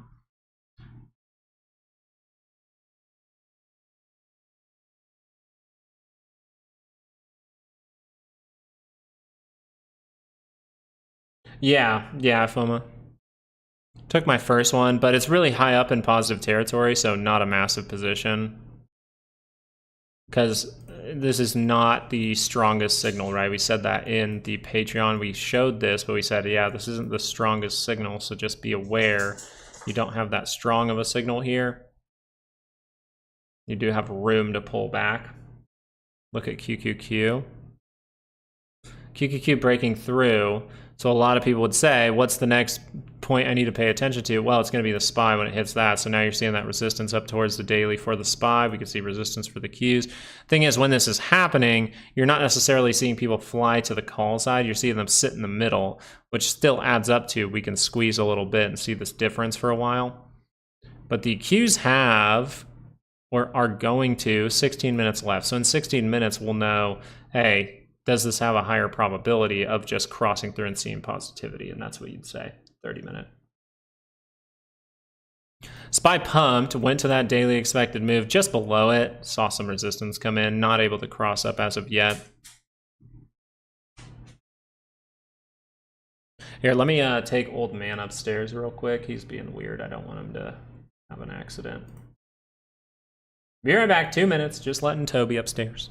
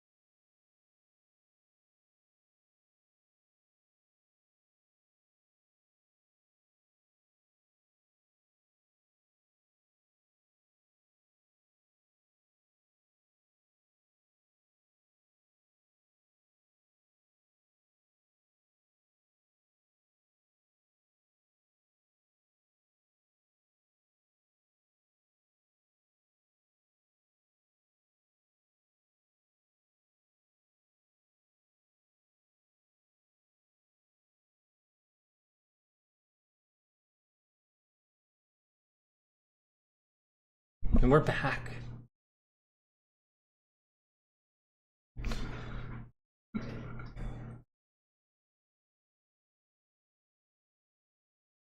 Oh, Mr. Tubbs, the old man. His little small bladder. All right, now down 6% for volatility. You see how the next bar is really going to matter. This next bar can tell you a lot about the market. If that 2 hour continues to see weakness here, that's going to be a positive thing for the market. All right, these 2 hours are flashing green. Just be aware of that. The bigger signal is something to pay attention to. The 2 hour crossing up here. Pretty good late handle, I would say, right? I think we wanted to make this kind of handle here, but we kind of go higher excited, then we make the handle later on where we really should have. So I like that look. I like it. Down 6.36, just want to keep my eye on it. People sitting kind of in the middle.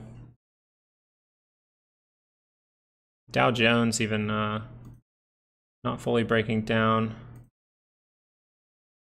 Still kind of flaggy though. Really want to see positivity here from the Dow.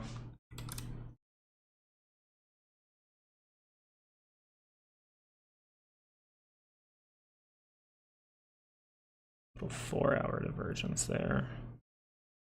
Ooh, some climbing down there. Interesting. Dow kind of not showing as much positivity. Maybe that's because of energy, seeing some weakness. There you go, SPY. There you go. Get that daily expected move, SPY. He is doing it. This is where the resistance is, though. Any idea when NASDAQ will top?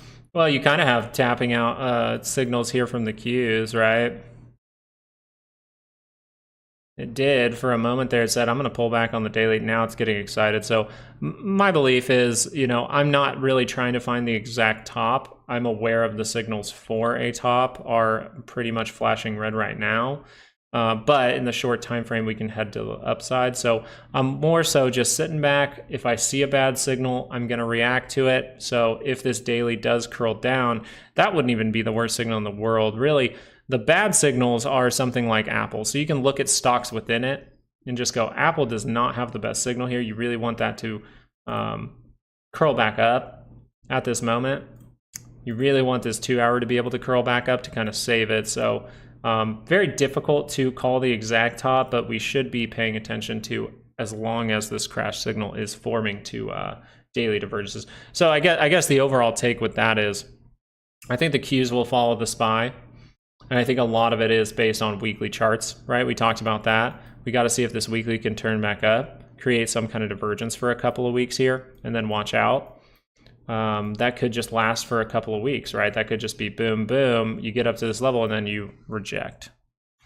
SPY, similar story, right? You have it right now. So I think if this happens, right, you get weakness on the weekly scale for the SPY, then I think the Qs reject and that's your top. For now, right? We want to make sure we're open to the fact that things can always head higher. Always be open to that.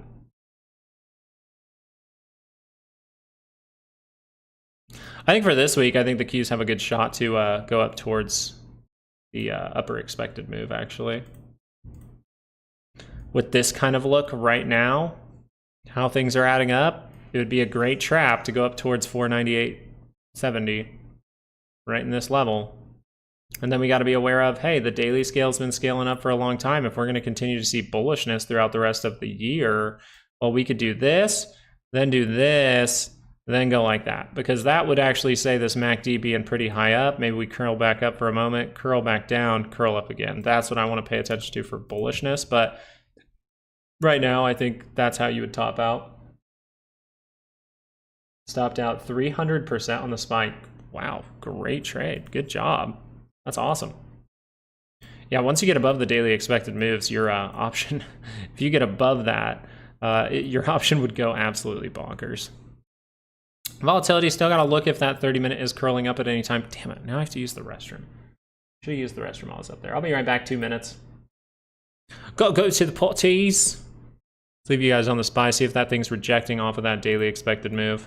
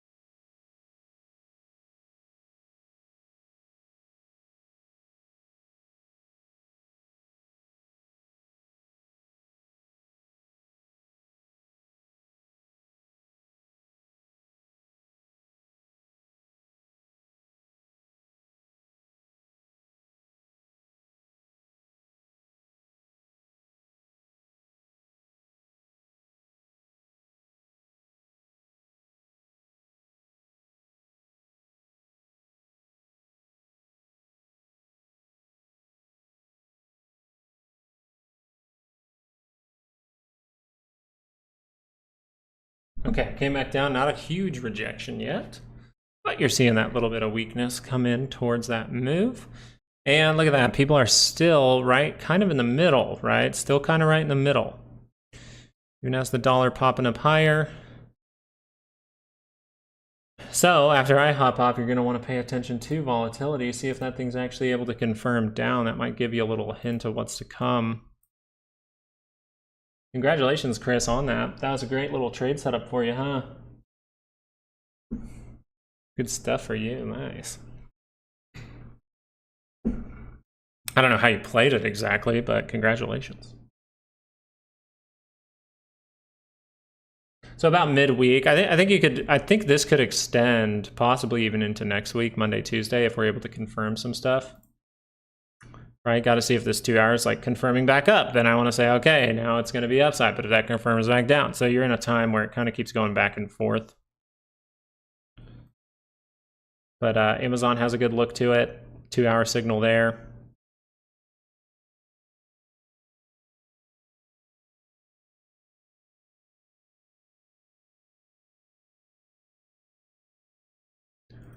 Only worrisome ones are AMD.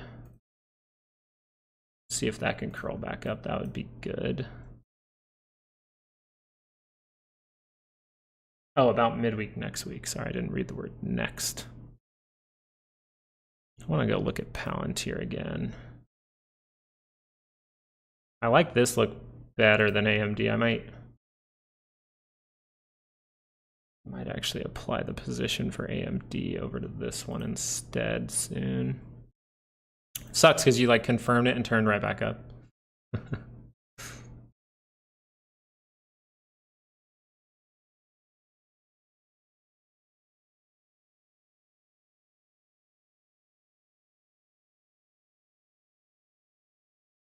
Yeah, that's good. Yeah, you're never really trying to play the exact top, exact bottom. You just try to make money, right? That's the whole goal here with trading, is to make money. So you're like, okay, cool. Made money. Success. Even if it's 10%, not 300%, even if it's 10%, hey, you made money. Success.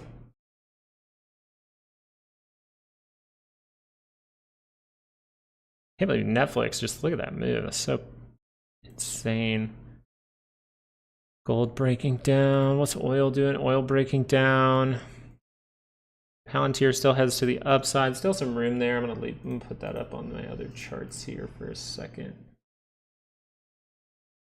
Volatility just before crossing down, starting to see a wick. Okay, here we go. You can head up higher for Palantir.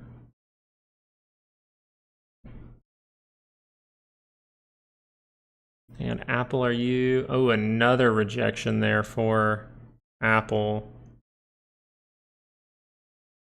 Oof. Not the best look there. 2 rejections, not good. At 225.84, important level, right? Ooh, a little bit bigger rejection now. A little bit bigger.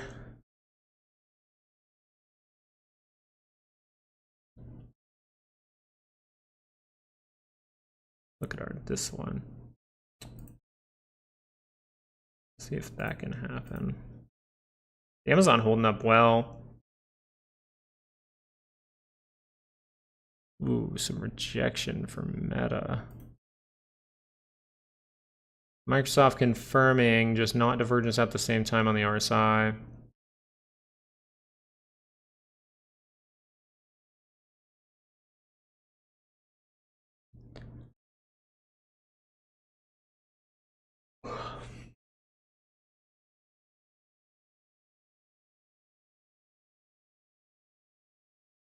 XLU a bounce here for that right shoulder would be nice.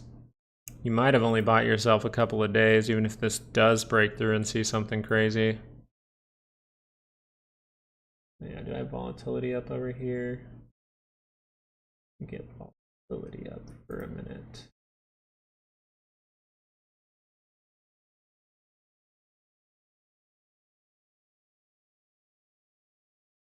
I think most people might even wait for that FOMC tomorrow.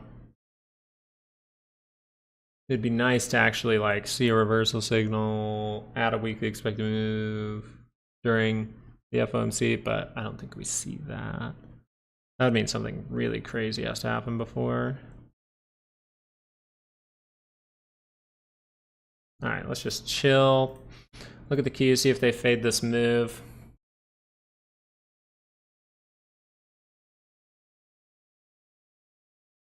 Hmm. 1 hour crossed up. 2 hour crossed back up. It all says positivity, weirdly enough.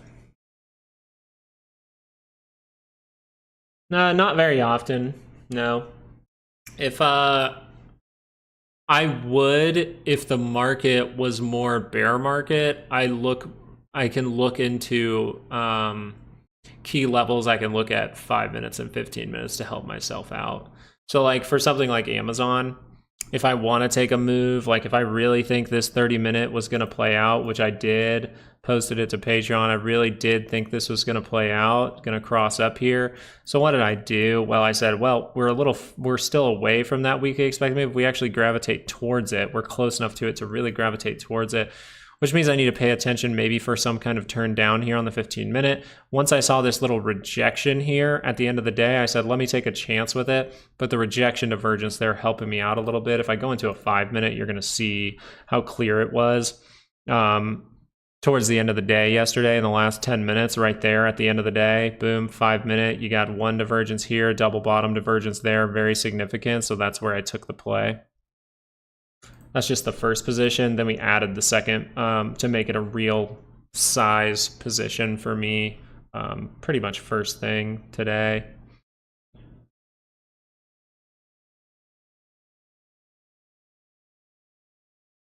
Yeah, because because I take positions like further out expiration, not necessarily just like taking a 0 DTE.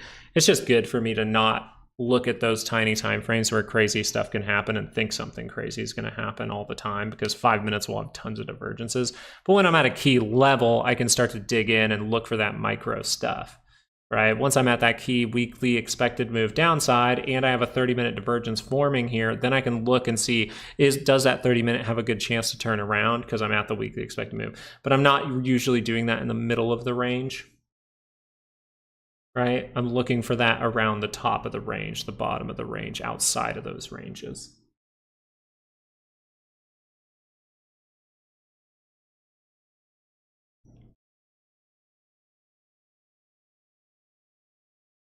And actually, this makes sense. Like if you went into the micro and you went into a 5-minute, doesn't this make sense? Like to make some handle at this area? Little 5-minute handle would make sense. Even a 5-minute pull down, seeing a little 5-minute divergence on the RSI, not on the MACD. So that means, oh, what if this goes like this? That actually would make it remain healthy in some way on the micro side of things. But that doesn't have to happen because it's just a 5-minute chart, right? 2-hour momentum. If that just turns up, that can take over. That's why I like the bigger, slightly bigger, I would say, time frames. 30-minute and up.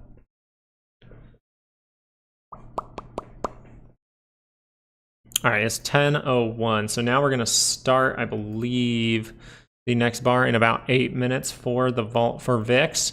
That's going to be, this next 2-hour bar is going to mean a lot for volatility. It'll tell us a lot, because if that crosses down, that means the market can be pretty bullish, right? That's leaning towards some kind of mini squeeze. But if the 30-minute can cross back up, then that means volatility is going to be in for a little bit, and I have to watch for a 30-minute divergence before that 2-hour cross down. It still means we could experience a squeeze, but I want to treat every curl up right now of this 30-minute as it could be bad, just because we have those crash signals still for volatility flashing red, and we've seen a lot of stuff curl down on daily charts, especially something like Apple, right? And Apple's getting all the rejections. Apple on the daily side, you can see it. We are really getting tight now. That's what I would say. Really getting tight in this area. I won't take that gap up, but if I just go like this, and once again, this is the thickness. But you can see that right there. We could say, oh, okay, if I take these 2 points, let me do this real quick. That's a drawing. Let me take this real quick and just grab that point, right? Go like that, and then pull that sucker all the way down. And that's more so what I do, not necessarily trying to get this wick here. So I think you have the potential for something like this to be a breakout moment for Apple if that thing turns back up on the daily. But as we're seeing us close to the center line, I have to treat this like this could be bad. This could just break down to the downside just a little bit, and that wouldn't be a good thing. So I think what you could see here is if we're going to get a trap, you see something like this, it maybe even does that. Maybe it even breaks above the top of the wedge, of the triangle, and then you see that curl back down. But I think if you're going to see that, you're probably just going to see this 2-hour curls up, rejects, turns back down. 2-hour curls up, rejects by that center line, curls back down. It's kind of what I'm looking for. But if it gets bullish, I'm going to be taking bull trades, right? And things are getting pretty bullish on the Amazon side of things for sure. See if that 2-hour can rotate up. That'll mean a lot. 25 minutes left in this bar, and then the next bar will tell you a lot if you're going to probably get to 186.38.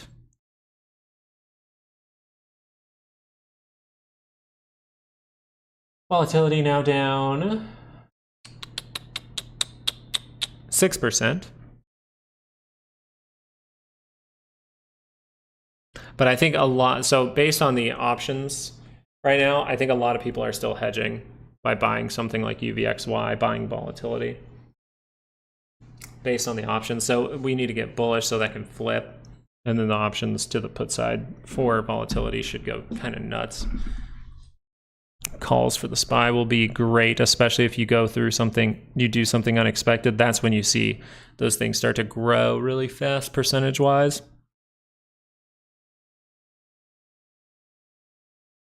And PCC just sitting right in the middle. So we want to pay attention to just the trend, right? And the trend is saying up. The 2-hour is saying up. And that's all we want to pay attention to because this is good consolidation. And if that can break those highs, get above this level, then you're probably heading to up here by the end of the week. If you reject from here and turn back down, you break through these lows, and then you might test this area, get some kind of bounce. Watch out for cup and handle. Yep. Trying to keep it relatively simple.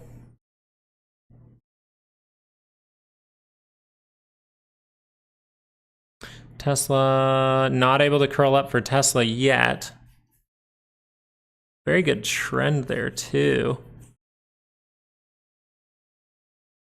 Let's just mark these first because this looks pretty in line.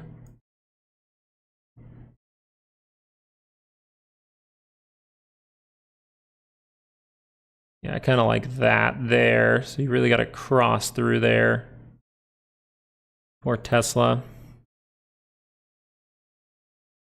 NVIDIA just seeing something crazy. Still holding the divergence point on the RSI, coming above it for the MACD. More leaning towards a 30-minute pullback at this point.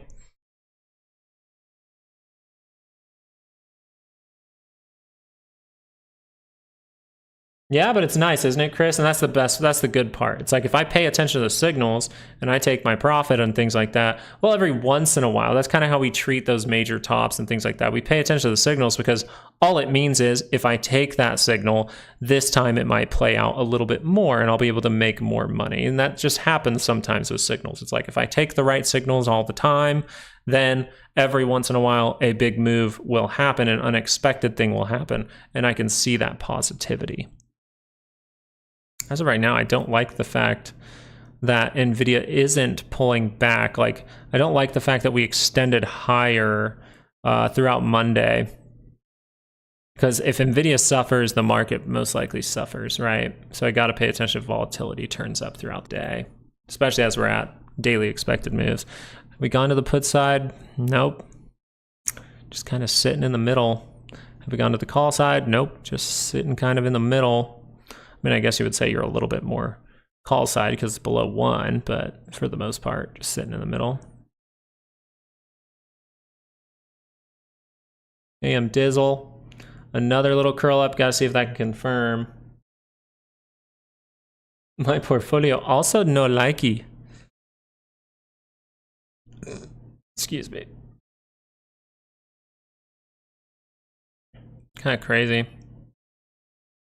Crazy to me that SMCI sees that much weakness today. All right, this looks like it's going to take some time. Now we're hitting that about 10, 10 o'clock time for me, right? I'm in the Midwest, so Central time. But we're hitting that time where it's like, okay, now some East Coast might go to lunch, things like that. We'll see if anything happens, but we could just consolidate and then see what happens towards the end of the day because, like, what is it? Like, oh, God, I already forgot the data point, but it's like, what, 30 to 40% of the volume comes in the last hour of the day. So 1 hour is like a third of the price action. So the last hour is going to be important. I just want to stay live a little longer just to see what's going on as the dollar starts to tick up. Dollar ticking up with that consolidation. It's just crazy to see the dollar's going to tick up with that consolidation. Means maybe there's going to be selling. If volatility shows that curl down, notice you got 55 seconds left for this 2 hour. The next 2 hours is going to post soon. This next 2 hours is going to be pretty important. It's just crazy to see the dollar's going to scale up. It means maybe we will go through another time where the dollar continues, right? Bigger trap. We say when this stuff is happening from the dollar, it can be a trap on the 30-minute, it can be a trap on the 2 hour, it can be a trap on the daily. Right now, it might be adding up to a trap on the daily side of things, right? This has been curling up for a long, long time. The SPY is curling down, but just moving sideways. So if we head higher, then it's going to be somewhat of a daily trap, in my opinion, if we keep seeing this behavior. And what that would look like, too, is what if we, just cross up, hit that weekly expected move, and immediately fade?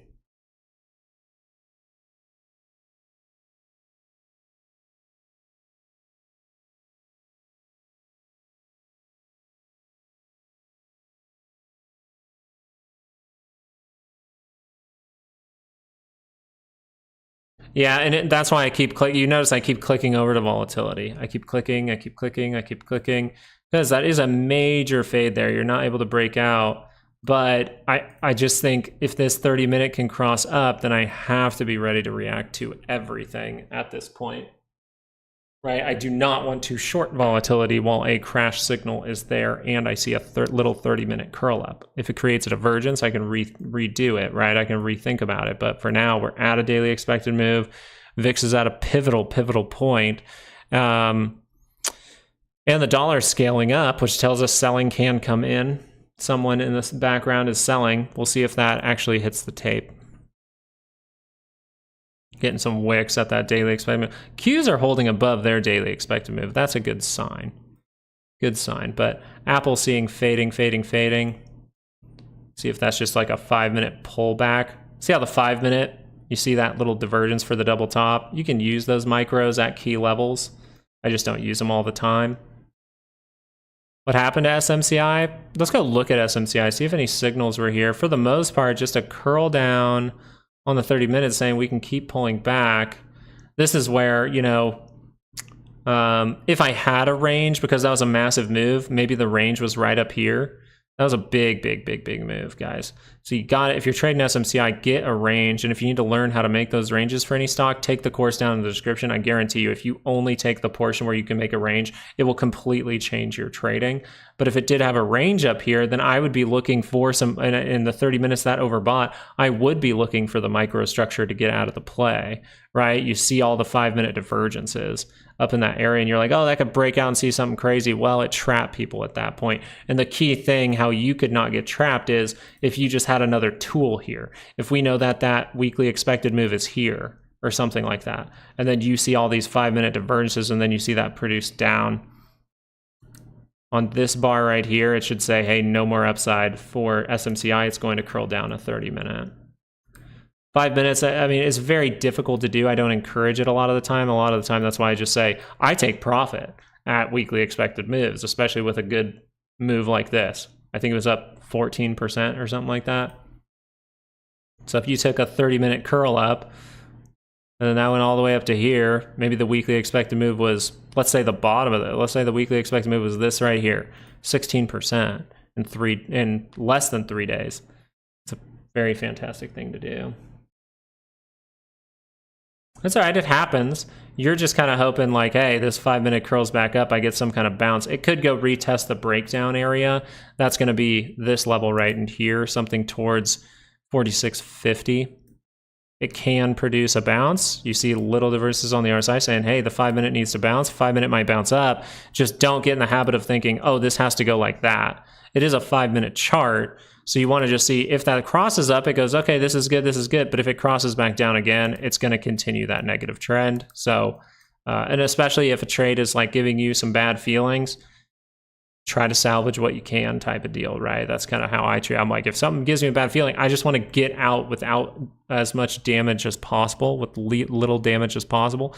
And that's something that I would say is because I just want to get out. There's going to be another trade in the next, like, what, 2 days maybe? So I'll just chill. But yeah, if a trade makes me feel bad, I'm not about trying to hold on to that thing. But 5 minutes are difficult. We don't talk about them a lot. It's just something that I do because I've done these things for a very long time. I could probably make a portion for the course, the Using Technical Indicators course, technical analysis course down there in the description. I probably could make something around microstructure, but I know that whenever in the past I used to talk about 5 and 15 minutes a lot during live videos, people don't realize how fast you have to react in those type of deal in that with those small of time frames. And so it did cause some people probably to take plays too early, take plays that don't make sense. They just see a 5 minute divergence and go, oh, this can be good. You can make like 5 divergences on a 5 minute chart before you actually end up going up. I mean, look how choppy this was. Yeah, you turned up, but look how choppy that thing is. You're telling me none of this put you through some bad feelings? And using the smaller time frames makes people think like, oh, I can take a 0 DT and it has to play out by the end of the day. And it's just not good. So we like to stick to a little bit bigger time frames.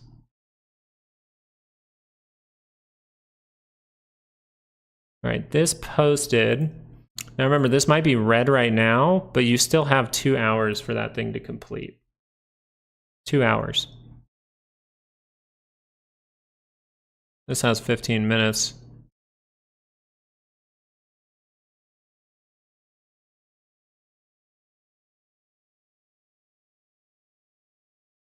That looks kind of flaggy to me at this point.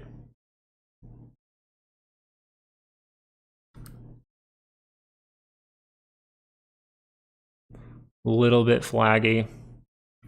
But we did take back the breakdown area, which is a good sign. That's why I'm kind of like, just really going to watch this throughout the day. Dollar scaling up.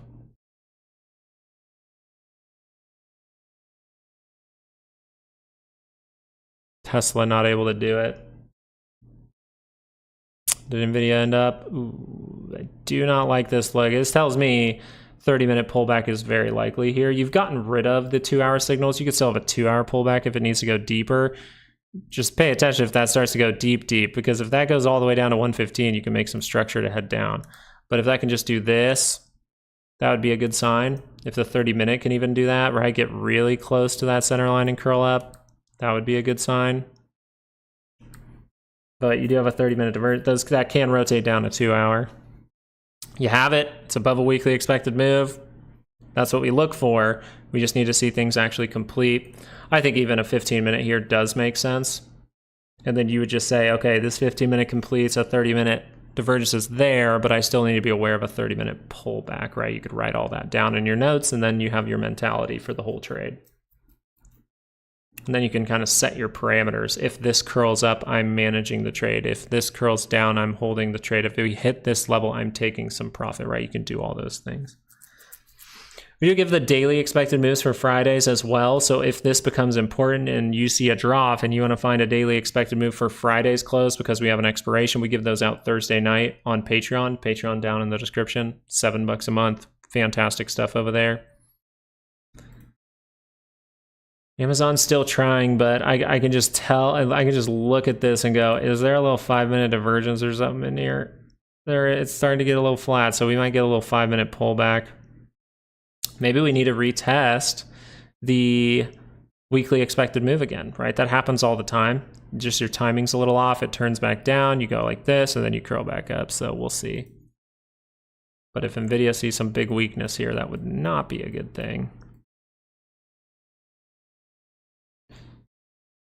Volatility on the 30-minute as well. As you're right by the center line, this is when you want to be watching that 30-minute chart. When you're by that center line, it's like 30 minutes saying, hey, I could bounce from that center line. That would be a positive move for volatility, but the 2 hours saying, I want to cross. So we need to see that actually confirm in an hour and 50 minutes. I'm never going to take more play on volatility because this is showing up in the first 9 minutes of the bar, right? I need that to be like an hour and a half in the bar before I actually see it, but before I actually make a decision. The girls are talking to each other upstairs. That's funny.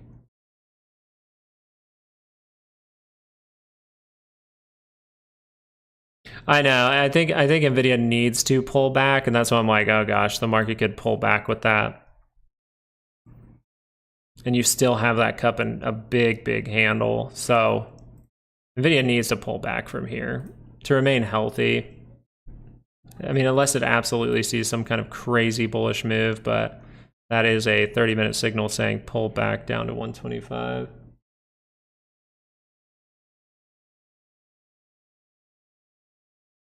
Weakness till the 18th would be great.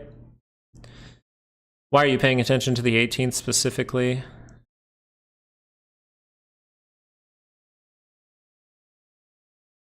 That's the 14th.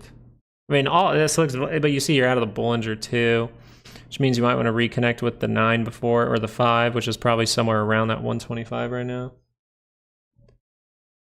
It looks like it, right? It may look like it, but we need to see signals that say it's going to.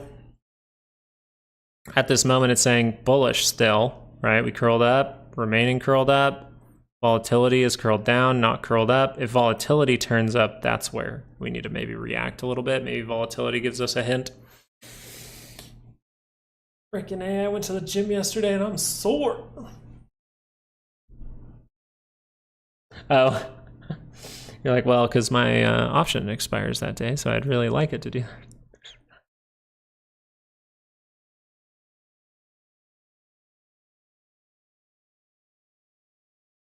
It's too wonky. It's too wonky for me to think that's divergence. I need to wait a sec.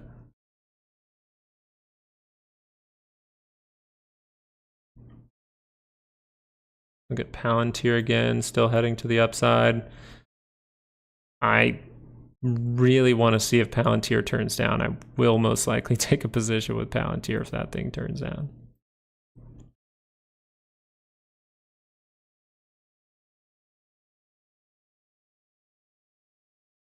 Hold Amazon. You just need 9 more minutes and then a 2-hour bar up, and we look pretty good for Amazon if we get a strong bar in the next throughout the day today. We'll see.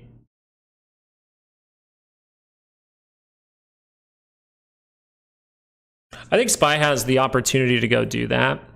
I think SPY has the opportunity as that 2 hours curled up. As long as that remains too, it's a bigger time frame. So anything in here could be a pullback until you see like a 30-minute cross down. That's when you'd pay attention.